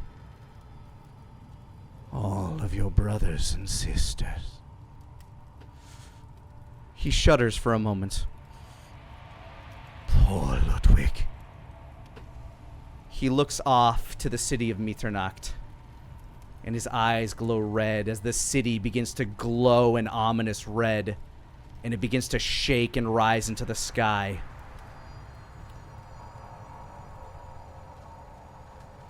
There is much to be put down, my children. Much to be set right once again. Let this be our greatest Ascension Day. And for a moment he jerks his head, and a shrewd smile crosses his face.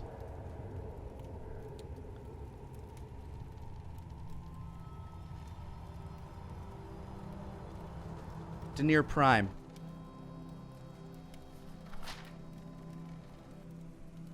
You sit in the infinite, watching yourself train and prepare for whatever festival happens to be coming up. When the eyes of the skull that you have at your side begin to glow, and a old familiar face echoes through your mind. Hello, old friend. And here is where we will end today's episode.